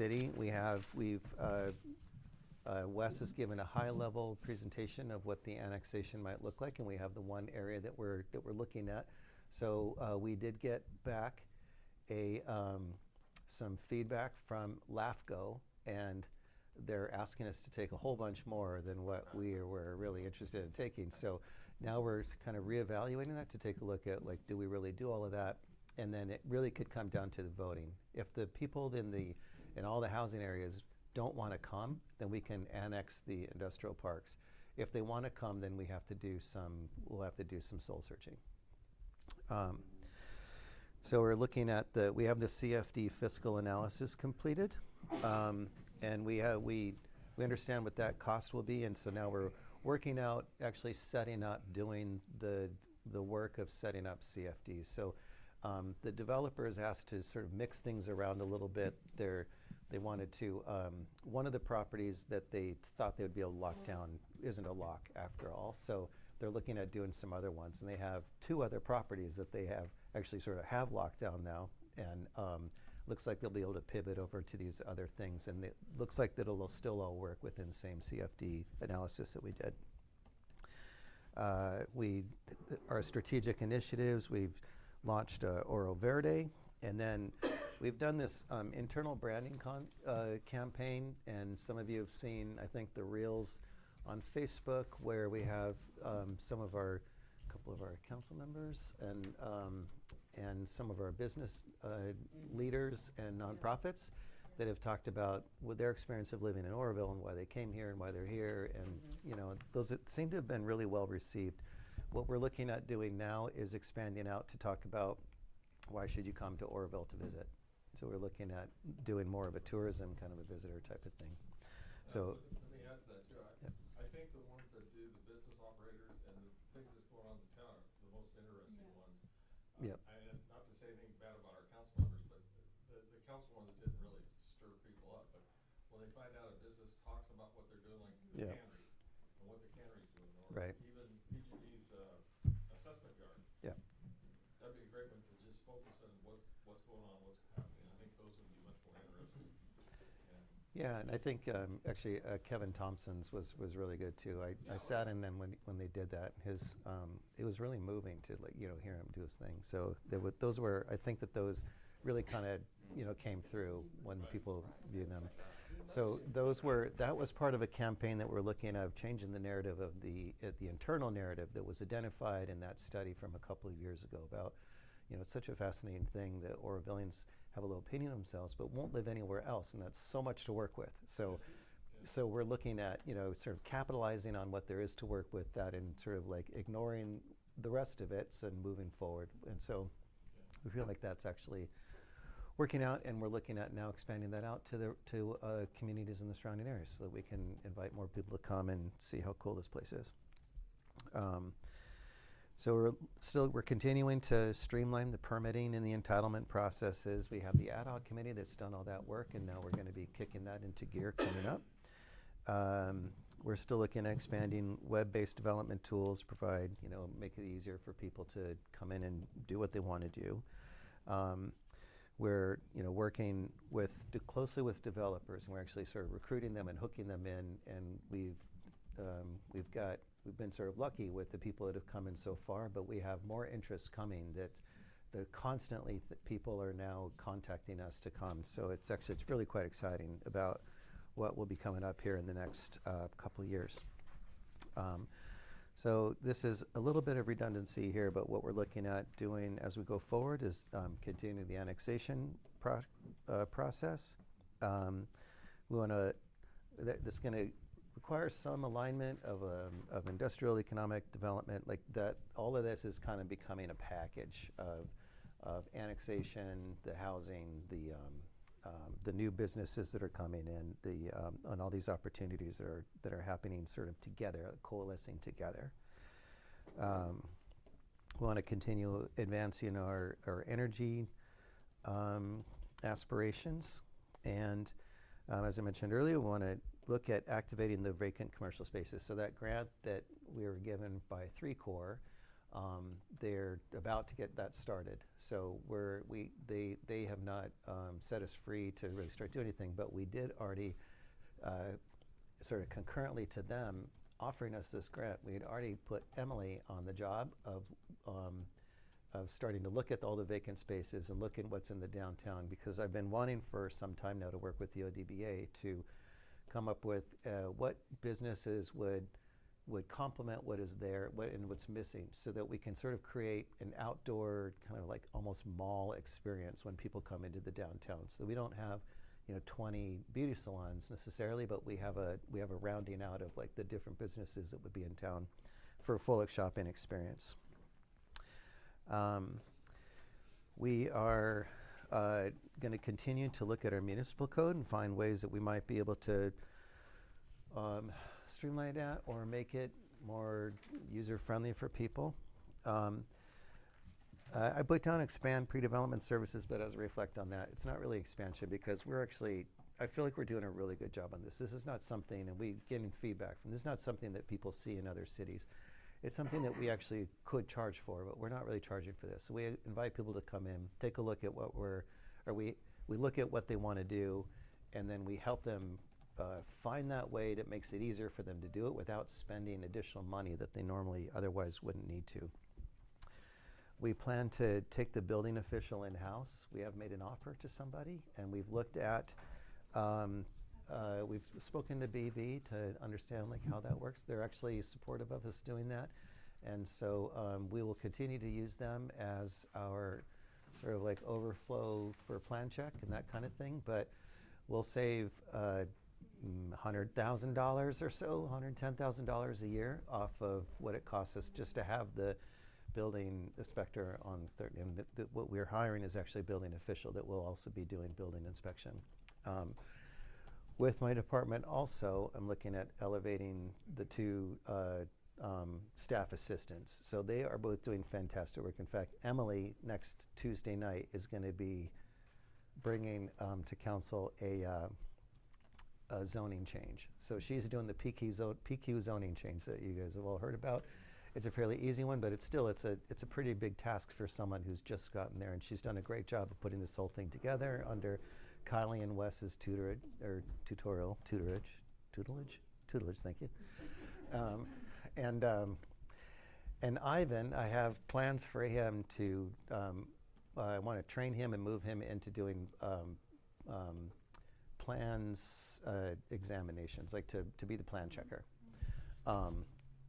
You know, he has a long ways to go to fill Ricky's shoes, but no time like the present to start. Both of them are very interested in this. So Emily, I've got her working on the path of planning, and Ivan, I've got him working down the path of building. So I'm trying to set up actually some, what's that word? No, like the staff replacement, what is that called? Cross-training. Thank you. Well, cross-training, yes, but.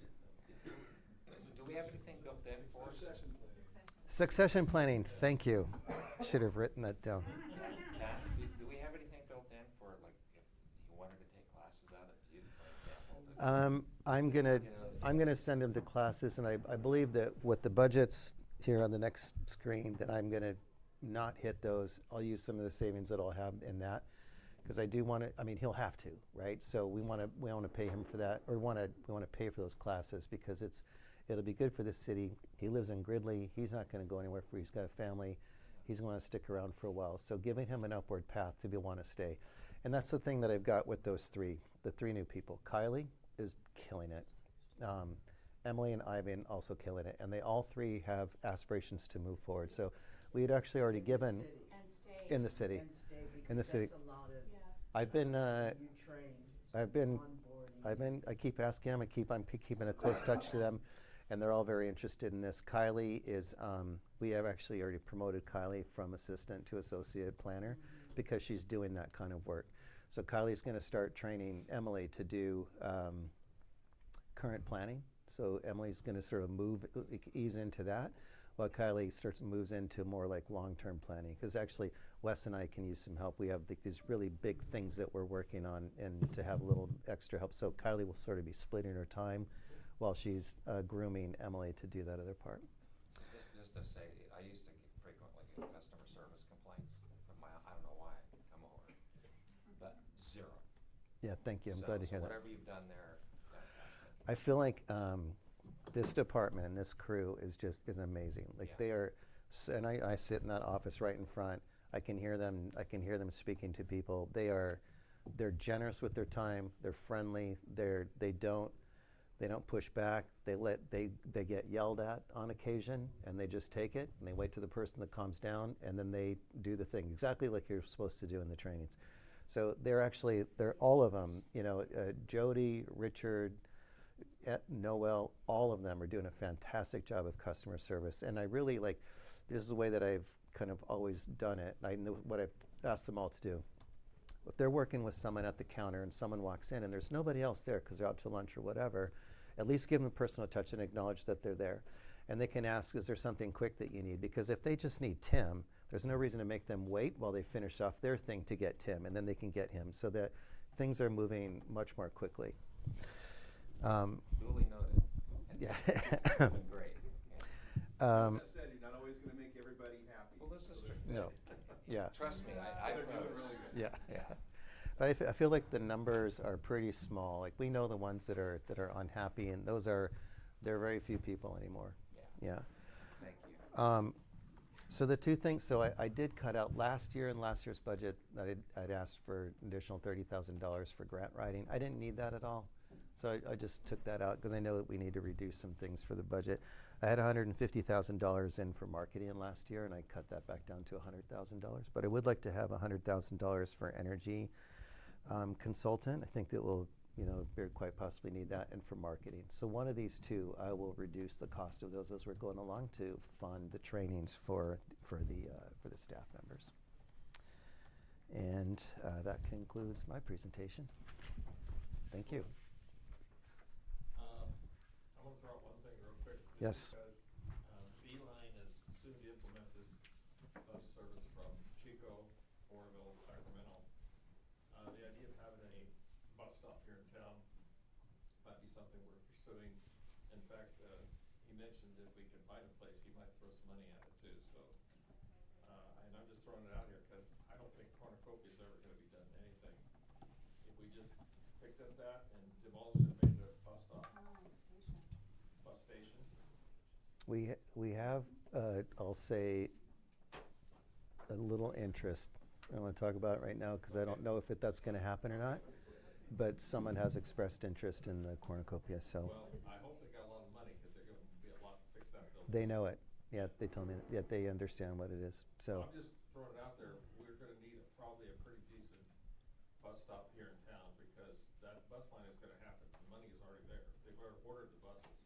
We'll have 4 buses going from Chico to Sacramento every day. And it's a Wi-Fi style bus with onboard Wi-Fi and coach type seats and whatnot. There's a lot of people that commute to Sacramento from Oroville, but I know personally it will take you to that, so just throw that out there as a planning thing. yeah, we'll have to find a place that actually has parking as well, so we'll take a look at that. Well, they're using the one there at Harbor Freight, that little bus stop there, but it's only because there's parking in the parking lot. You know, if we found a good one, there was a nice something somewhere. Yeah, we need dedicated parking for something like that, Yeah. so we'll take a look at that. Yeah, Yeah. just something to throw out there. Yeah. Go ahead. Patrick, have you concluded your report? I have. When you had mentioned something about the abandoned buildings, like the downtown Yes. area, were you gonna mention? Well, so we have this, this something that I wanted to do. Actually, I mean, Ron has the abandoned buildings covered for as they are right now, but what I want to do is fill them. So this is part of the work that we'll do with the 3-Court grant, is we're going to take this global look at what we have in the downtown, what could be used to fill those in, and then just start to try to recruit people to come. So that's what you're wanting to work with the ODDA on, right? That's right. What will kind of go along with what's currently down there and not bringing in just more of the same, right? Like, you want to bring in That's right. different businesses that are going to accentuate what's already down there. and That's not- right. yeah. Trying to create sort of like a full shopping experience, Yeah, so that's that, good. like an outdoor mall type of thing. But, it's a really cute downtown I mean, with the filled in spaces and people walking around, it could be a really, just a great space. So that's what I'm sort of hunting for, is for that type of thing. And the 3-Court grant, it provides some money to do what we're already aspiring to do. So makes it kind of nice. And then we have a consultant, they'll come with that money. I mean, that's the money. They pay for this guy to come in, and then he'll work us, kind of puzzle through all this stuff with us. So, yeah. And we still have Southside on our minds too. We have, that I had a slide on that and I missed saying it, but we have the engineering that's being done for down in that area, and then with that, I have still hopes that all the stuff that I talked about before might be able to happen in conjunction with some money that we'll get from something else. I feel like there's an avenue for that, so I'm still circling that wagon. And we did put in for that earmark too, so that's, Yeah. we didn't hear back on that, but that's in the hopper as well. Yeah. Thank you, sir. Thank you. Code enforcement, Mr. Belser. Thank you. Next slide. So, key accomplishments, we completed 25-26 in December, late December. 25 implemented the Comcase software that you approved.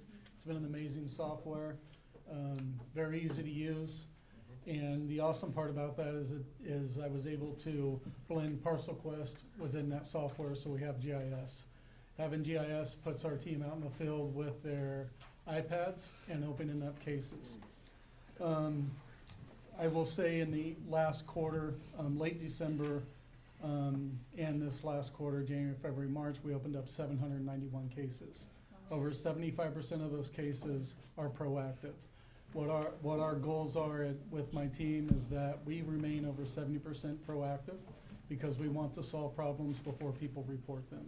So I like my team out in the field. I don't like them sitting around the office. And with the ability of having GIS now and our iPads out there, they can open up cases from the field. So that makes that possible. We weren't able to do that in the past. Our goal is always to reach 3,500 to 4,000 cases a year. We'll get close to 5,000 cases this year. We closed 790 violations since December 25th. Those are, people building or construction without a permit, public nuisance violations, unkept landscape, all kinds of stuff that falls into our nuisance code. We've abated 90 vehicles from city streets and private property over the last quarter. A lot of those have came on to troubled private properties that had large accumulations of vehicles on them. And again, I'm on the board with the Abandoned Vehicle Abatement Program, and having that program, we get paid back for those vehicles we tow. It doesn't cost our city any money. We successfully abated 112 camps. Okay, those are camps that we went out and contacted people that refused to leave. They were given proper notice. They were provided services through Housing Navigation and our Community Enhancement Coordinator. And we ended up having to abate the camps. Some were abandoned, some were still occupied. And I can tell you that there was close to 300 camps where people voluntarily packed up and left. So I utilized 2 of my people that would normally be out doing normal code enforcement issues, and all they do is deal with camps. And they utilize City Works. We utilize the police department and Public Works from time to time, and which will get to a little bit of my wish list, but it keeps us buried. We are really spread thin when it comes to illegal encampments in our city limits. Thank you for that. How many of those 300 camps are now camps again? It is it's Groundhog Day, Yeah. and we know that it's gonna be Groundhog Day. We're standing in the line, putting caps on toothpaste tubes all day long, and that's what we do, and we know that that's gonna be the goal. We do have success in our Safeway Home program, our Housing Navigation program, and working closely with Mr. Dykes at the shelter. We're in constant communication. Hope Center, we reach out to anybody and everybody to try to find a place so we don't have to repeat our efforts. One more question. How are you seeing, so once you abate camps, are they coming back around the same people, or are you seeing new faces in those camps? I watched the local news, and I know when Chico's busy and Redding's busy getting rid of camps, they're coming to Orville. Same as Sacramento, I know that they're coming here. So we prepare for that, and we stop it before they can get camps set up. We tell them, you can't camp in the city limits of Orville. We passed an ordinance and actually went into effect of April of 25, and it's not okay to camp in city limits, not in the public space, and definitely not on private property. And we work closely with private property owners. We have them sign trespass admonishments if they're willing to, and hold harmless agreements to say it's okay for us to go on your property and enforce certain laws. And we utilize the police department for that, who are very helpful in keeping my team safe. I want to add, your pictures are a huge help to have the public understand, because when all they see is clear camps, they don't know what took beforehand. So those pictures are critical to let the message be out there, to let people know what's going on, because It really is. yeah, well, a person sees it, they say, well, how come they're there? Well, no, it's already been worked on. It's been worked on, and it's a constant common denominator. It's not a thing, and we get those calls, and I just say, hey, we're working on it. That's much better than other cities. I mean, if Chico was smart, they would hire your department to go over and clear out downtown. It's just really I'm just unfortunate. I've been managing it for a little over 10 years, and I will tell you that you follow the rules, don't violate people's civil rights. You have the ability to clear camps. Right. So, demolished 6 hazardous structures and recovered the costs on all 6 of those. And we've also, recently, the old Triple S Tire building on Lincoln, and then the old La Esmeralda building at 450 Laura Dam.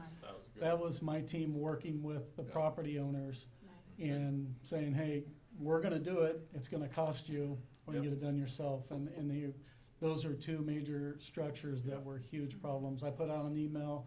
It was roughly, over the past 5 years, was 1,480 police calls and patrol checks on one building in that area. So you're talking about a demand on a police department and other staff. So. Other key accomplishments, I really believe in selling our program. We always set out educational booths at Feather Fiesta Days, the Salmon Festival. I incorporate my recycling coordinator in that, and we handle all the recycling to make sure everybody's following the rules and educate the community on what code enforcement does, when you need a building permit, and how to properly handle your trash. I really believe strongly in my team getting out. They've made it out to 11 community meetings.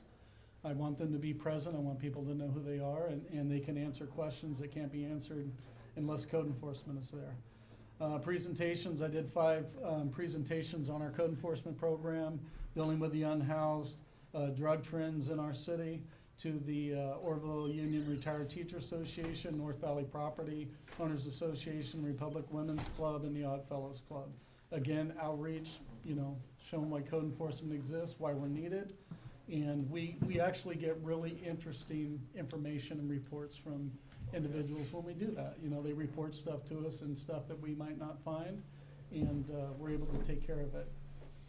Cleanups, we partnered twice with Park and Rec and did cleanups. And when we do cleanups with Park and Rec, it's from the nature center all the way down to the dog park. It's very large operations. It takes a large part of the day. And we get support from other agencies as well on that. Meetings with code enforcement, our partner meetings with our Department of Employment and Social Services about our housing navigation program, meetings with Orville Rescue Mission, the Hope Center. We just stay in constant communication. It's important for us to stay in communication and know what's going on and the trends that we're seeing out on the streets, and to work together to deal with issues. In addition, OSCIA. Yeah. That's a constant. Key initiatives for this year, I was awarded the tobacco inspection grant. I told you last meeting, we did 36 inspections in the quarter. It's no tolerance. We cite everybody that's violating anything. And the desire here is to try to keep tobacco, vapes, other unauthorized products out of the hands of our youth. I mean, it's a huge thing. Yeah. And that's where you start. Any success, and I worked narcotics for a long time, any success comes from educating the youth. You want to ruin narcotics, you want to ruin tobacco companies, talk to kids that are 5th, 6th grade, 7th grade. That is a huge impact on the community. And I know that when I was in the 6th grade and the Cancer Association came to Palermo School, both my parents smoked, and I went home and told them, you guys are going to die. I learned today, both of you are going to die. So eventually they did quit smoking. But that's what we were told, and that's stuck in my brain. I mean, I can remember the day that happened. And are we, or is there a group that's educating the youngsters? So the grant that I got, they did not allow any education, but we are moving towards our own education program. Because as you know, it's a pandemic in our schools. 100%, yeah. It's a terror, especially the vaping. That is and the products that are out there, the SpongeBob vapes and all the other stuff that attracts younger people. Yeah, flavored stuff. And People should be arrested for that. securing more grants, we just secured the Tire Amnesty grant again, which is $80,000, and then we got 2 more grants from Cal Recycle that we secured. I don't know the amounts for those, but that has to deal with recycling and oil use in our city. Ongoing training for code enforcement, we always try to stay at about 120 hours a year. We're a little over 130 hours of training last year, and from 25 to 26. And I can tell you that recently they went to a fire severity inspection training over at Chico. It was a 2-day training. It was free, put on from CAL FIRE. There was a group that came up from Southern California, and I mean, amazing training, and really important. I believe it. Training is the tool that keeps people up to date on what's going on out there and how to properly handle situations. I want to move more into inspecting our massage parlors. Massage parlors, I can't say that they all are, but there is a lot of bad things that go on. I know that the city of Modesto recently did an investigation that reached Orville, and owners in Modesto that has businesses here that were not doing proper things. Expanding our triennial multifamily inspection, we did a complete inspection of I wanna say it's Villa Creek, it used to be the, Orville Villa Apartments. And, we want to move on to continue that inspection. We work well with the fire marshal, who is an amazing asset to that team. And, working with him to get out there and inspect multifamilies and, Question yes, for sir. you. With the, back to the massage parlor thing, would it be possible for the city to make an ordinance that the code enforcement can walk in at any parlor anytime? Well, I redid that ordinance with planning about 3 years ago, and we can walk in anytime with or without consent and conduct inspections. And if they deny us inspection, we can back out, write an inspection warrant, and go in there and inspect the place. Yeah, we can go in anytime. You're not allowed to be there after 9 o'clock at night anyways. So anybody that's living, you're not allowed to live in them. There's a lot of rules that we put into our newer ordinance for massage parlors. Our ordinance is actually way ahead of a lot of cities. So it's very restrictive. You know, people that wanna open a massage parlor, they gotta identify themselves, they have to have certain state licensing, and there's criminal checks done on them. We've had 2 in the last year that kinda come up here that had some prior criminal arrests for the type of crimes that occur within massage parlors, so they were denied. So the ordinance is working, and the chief of police actually has the ultimate say-so whether or not someone can actually be licensed in our city and open a massage parlor. You see 'em, there's a couple in town, you drive by, you're like, Has the There's- open light on? Yeah, there's 13, but 13? There's Yeah. 13 massage parlors? yeah, Is there really? there's a lot of massage parlors, so. But there's some. Where are But they? some are grandfathered in. Well, I know of 2. I'm not gonna say I know where they all are. But, Just based on inspections, I know where they are. Come on, Ron. But yeah, there's certain ones you just look at, you're like, there's no way that's a legit massage parlor. There's indicators right out in the very front, you know, blinds that are closed, or they build a sub-lobby within what actually goes on behind the lobby, you know, so you have no visuals. But, yeah, my team, you know, we're working hard to get to that direction. Actually, in contact with an individual from Los Angeles that puts on training for those. He's a retired cop, but he's the premier trainer on what to look for and how to deal with violations. Moving on, budget request. You know, I'm not in the millions of dollars, so rapid radio communications costs about $4,500. These are just two-way radios, and I can tell you we get very comfortable and complacent in just going out and dealing with the illegal encampments and the unhoused people. And we had a couple of not so safe incidents that have occurred over the last few months with individuals. They really get brave in how they react and what they're doing now. And because there are certain laws in place that makes them feel that they have certain rights to be on other people's property or destroying a river, which is not true. But it's important for us to be able to communicate and know where each other is at all times. If we were to request police radios, I think they're like $13,000 a piece now or something like that. I don't need to spend or do I want to spend that kind of money. I have two individuals that are very interesting. Well, they wanted the helicopter, but I told them they can't have a helicopter. They got to stick with a drone. But very interesting in having a drone. And we do not see everything that we need to see as we're hiking along the river or hiking into these wooded areas. We would like to be able to have a drone, to be able to fly over the top and see where the camps are, see if they're active or not, see if we need the police with us or not, just to be able to evaluate before we go down into certain areas that are very wooded. Just a question for you. on Yes, that. sir. I'm all for the technology and the idea of drones. Do we not have drones at all at the city? Yep. Yes, we do. Just different departments? The police department does, but our demand would require us to take an officer out of that department every day of the week. Is the 10,000, is that training? Yeah. That includes training and the drone. 'Cause And it'll license 2 people and they'll be able to fly the drone. And then we'll also assist Public Works in their need for a drone when they do. I know you guys do sewage line checks or whatever. Oh, yeah. like, But line what checks. level of drone is that include? So it is a, it's not like, you know, drone costs have gone way down. Right. And this is it's the identical one that the police department uses now. We just don't have the heat technology that'll come with it because we're not looking for, you know, heat sensors out at nighttime. I see. So, Gotcha. Cool. And you have to have a pilot's license, it can't be like Yeah. your 5-year-old? Well, the pilot's license is when you get to a certain height, right? Yeah, well, no, you have to go through licensing, you have to go through training Called and. Part 107 Yeah. licensing. Mhm. So anybody who has a drone has to have that? Within certain parameters, your little basic onesie-twosie drones, no. But for our purpose, when you're doing it for kind of a commercial or business, you have to have that Part 107. I think it's a weight trigger, so once the drone gets a certain weight. And then- height, 400 feet. Yeah. Or commercial, or whether you use it for business.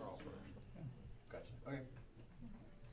And then, I'm just looking for an additional license for Comcate for, an employee, that's all. Any questions? I'm gonna throw this one out here just because we haven't had a big problem with it yet, but I see all these, fruit vendors that are selling strawberries on the corner and all that. My worry is someone gets sick from those, and how do we know who and what did that? Do we have any licensing ability of those? So there's laws in place that protect vendors, street vendors. And as long as they aren't selling prepared food, they can sell, and as long as they're not blocking a sidewalk, you know, and if they have permission to be where they're at, we cannot touch them, we can't say anything to them. But they're allowed to do that 180 days out of the year. They can't do it 365 days a year. Of course, who's I just- tracking that? Now, one thing I do on a semi-regular basis is that when you have food vendors set up, and Yep. especially at night, then I forward on a lot of that. Yep. And that clearly is an issue. And we do weekend stings on food vendors. And Yeah. you'll see that the food vendors in the city limits have reduced, but in the county, Dramatically, Yeah. but in that Yeah. county, they're They've set increased, up because a we've whole- shoved them out through the county. Well, my worry is someone buys some strawberries, they get sick, and then how do we identify who sold the strawberries? You know, that's a tough one. Yeah, we work closely with Butte County Public Health. Yeah. And, you know, the laws are the way that they are. And unfortunately, and I hope someday that they change, because I will tell you that, a majority of what we see is strictly human trafficking used for labor. Right. You know, you'll see Yeah. the little babies out there and the little children Sure. out there, and Exactly. kids that should be in school, and they're hanging out there with individuals that, Right. you know, Well, and then there's, shouldn't be here there's in our certain country. but- chemicals sprayed on the strawberries to keep them alive, which Yeah. nobody knows about. No. Which, I mean, personally, you're not gonna see me buy any of those, but it's responsible for our stores to provide the safe fruit. It's just kind of irresponsible for that category you're talking about, so. We actually identified a house downtown where the individual was picking, the employees up and Oh, driving is that them right? and dropping them off, and we sent them they had some code enforcement violations, we went to talk to them. The next day, the house was empty, they were gone. Wow, Gone. Mhm. Yeah. wow. Thank you. Yep. Any other questions? No, thank you. Cool. Amy, you're up. I'll be quick.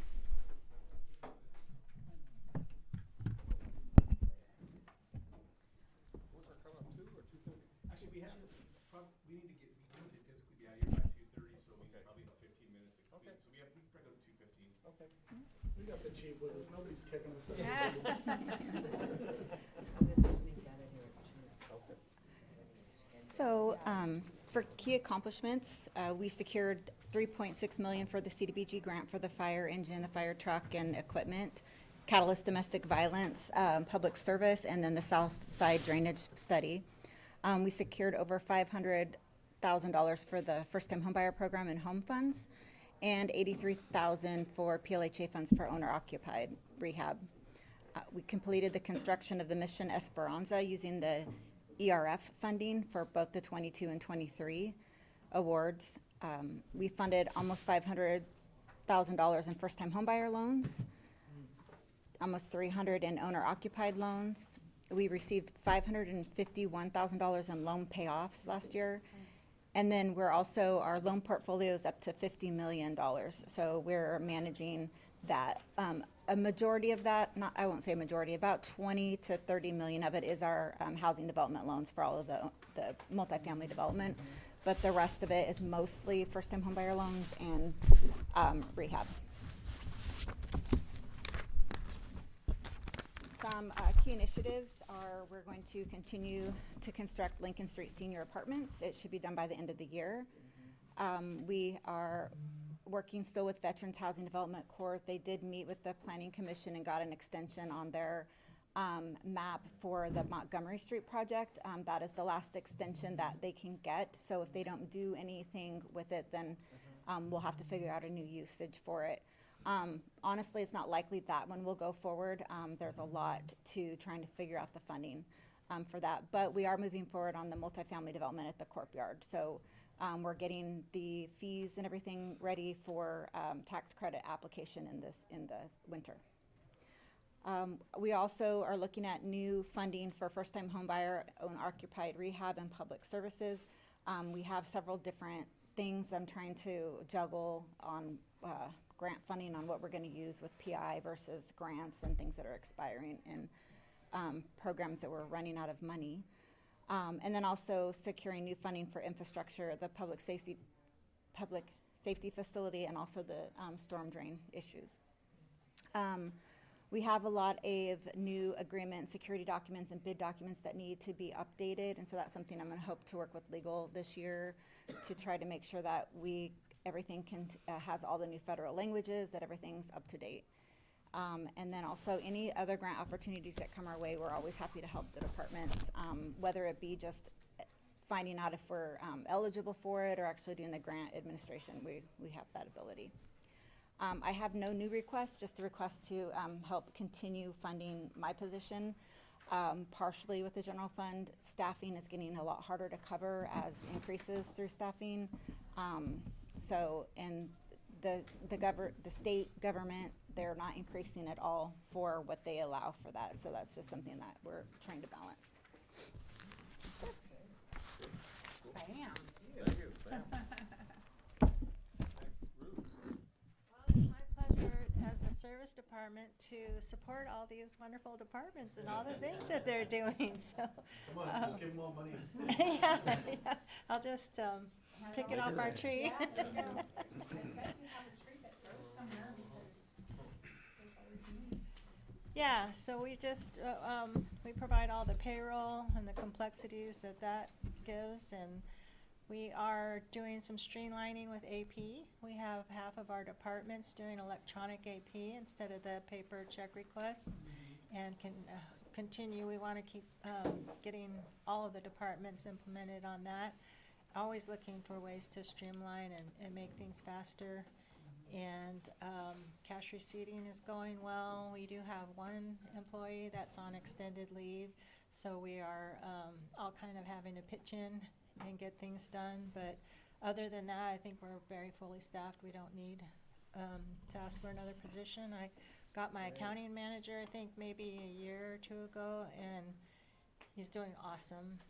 He's doing upper level accounting work, which is taking a lot of burden off of me, and we just continue to provide the service for everybody. Cool. So any questions? All right. You don't have HR in here. Yeah.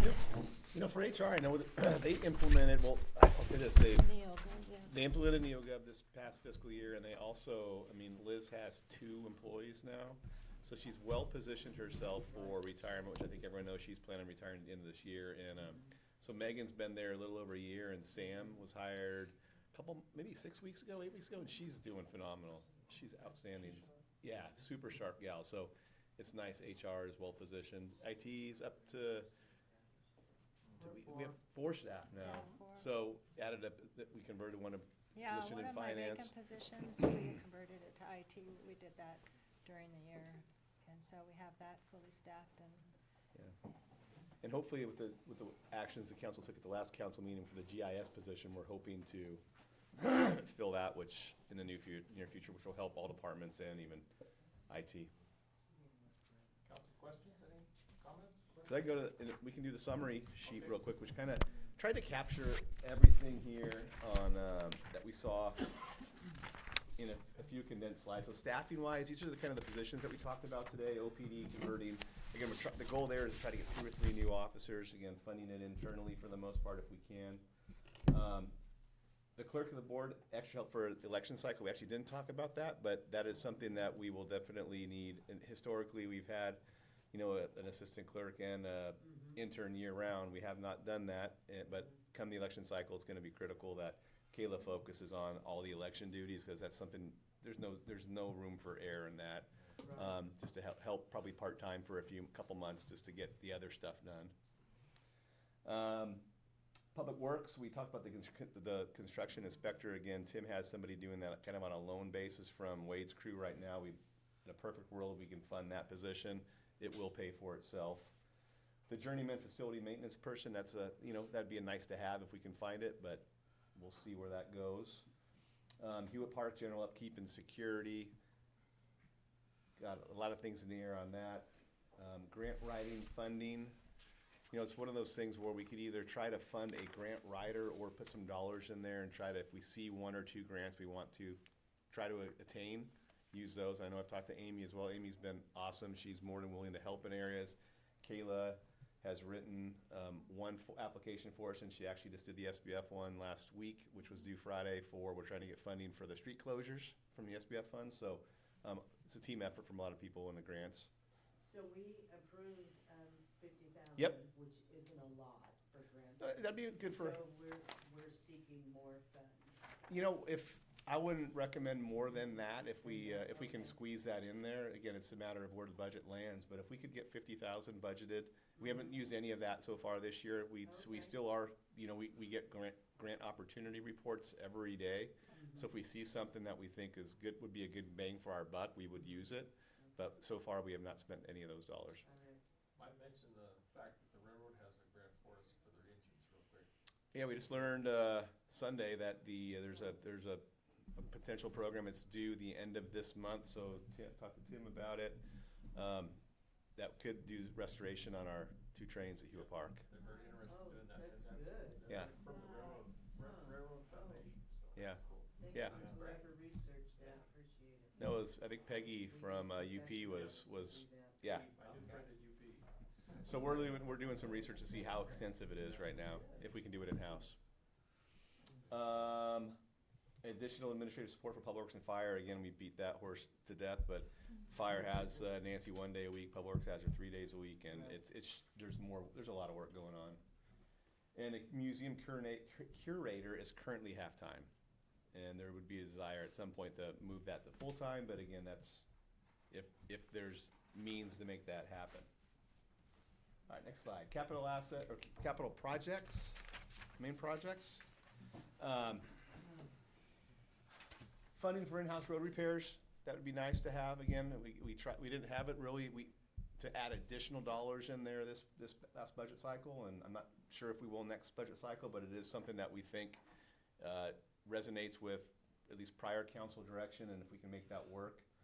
The solar lights at Bedrock Park, again, that's an MOU that we've been trying to crack with Feather River Parks for probably before I got here, because I know Ron filled me in about it when I first came on board. So we're actually going to see that to the finish line now. Yeah, 3+ years, probably. Yeah.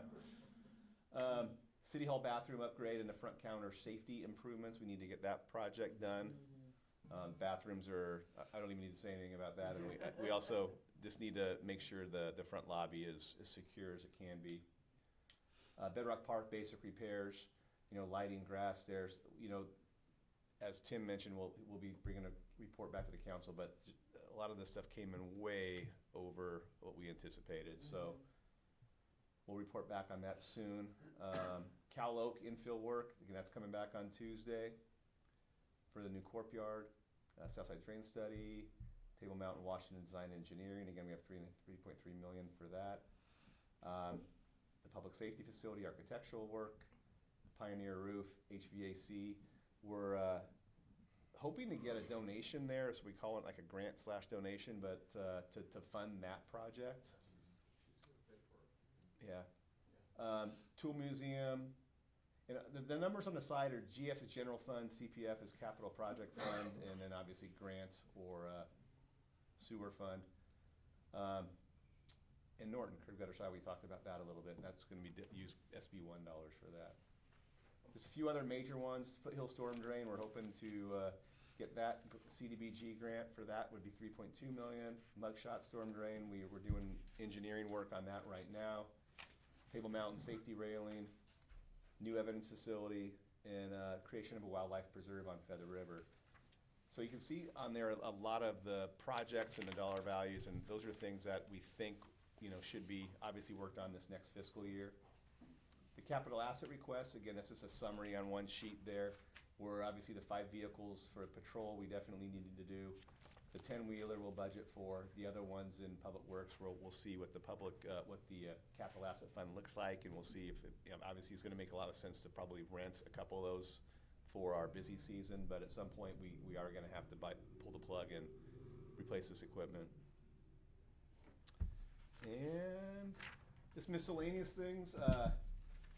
What we wanna do, Ruth and I have been talking about this, and what we've been able to do in years past was to, when the sales tax revenues weren't diving and Measure U dollars were plentiful, we would say, hey, we have $2 million not budgeted this year. What should we do with that?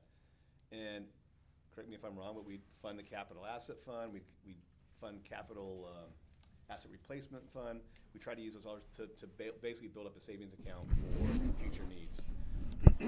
What we really need to do is, if I have 20 vehicles and they last 7 years, I should be budgeting in my own budget, okay, what's it gonna take to replace those vehicles on an annual basis? We don't do that right now, but it's something that we really want to start doing in the future, because we can't rely on one-time money to fund long-term capital asset replacement. Golf cart for the airport, we talked about that.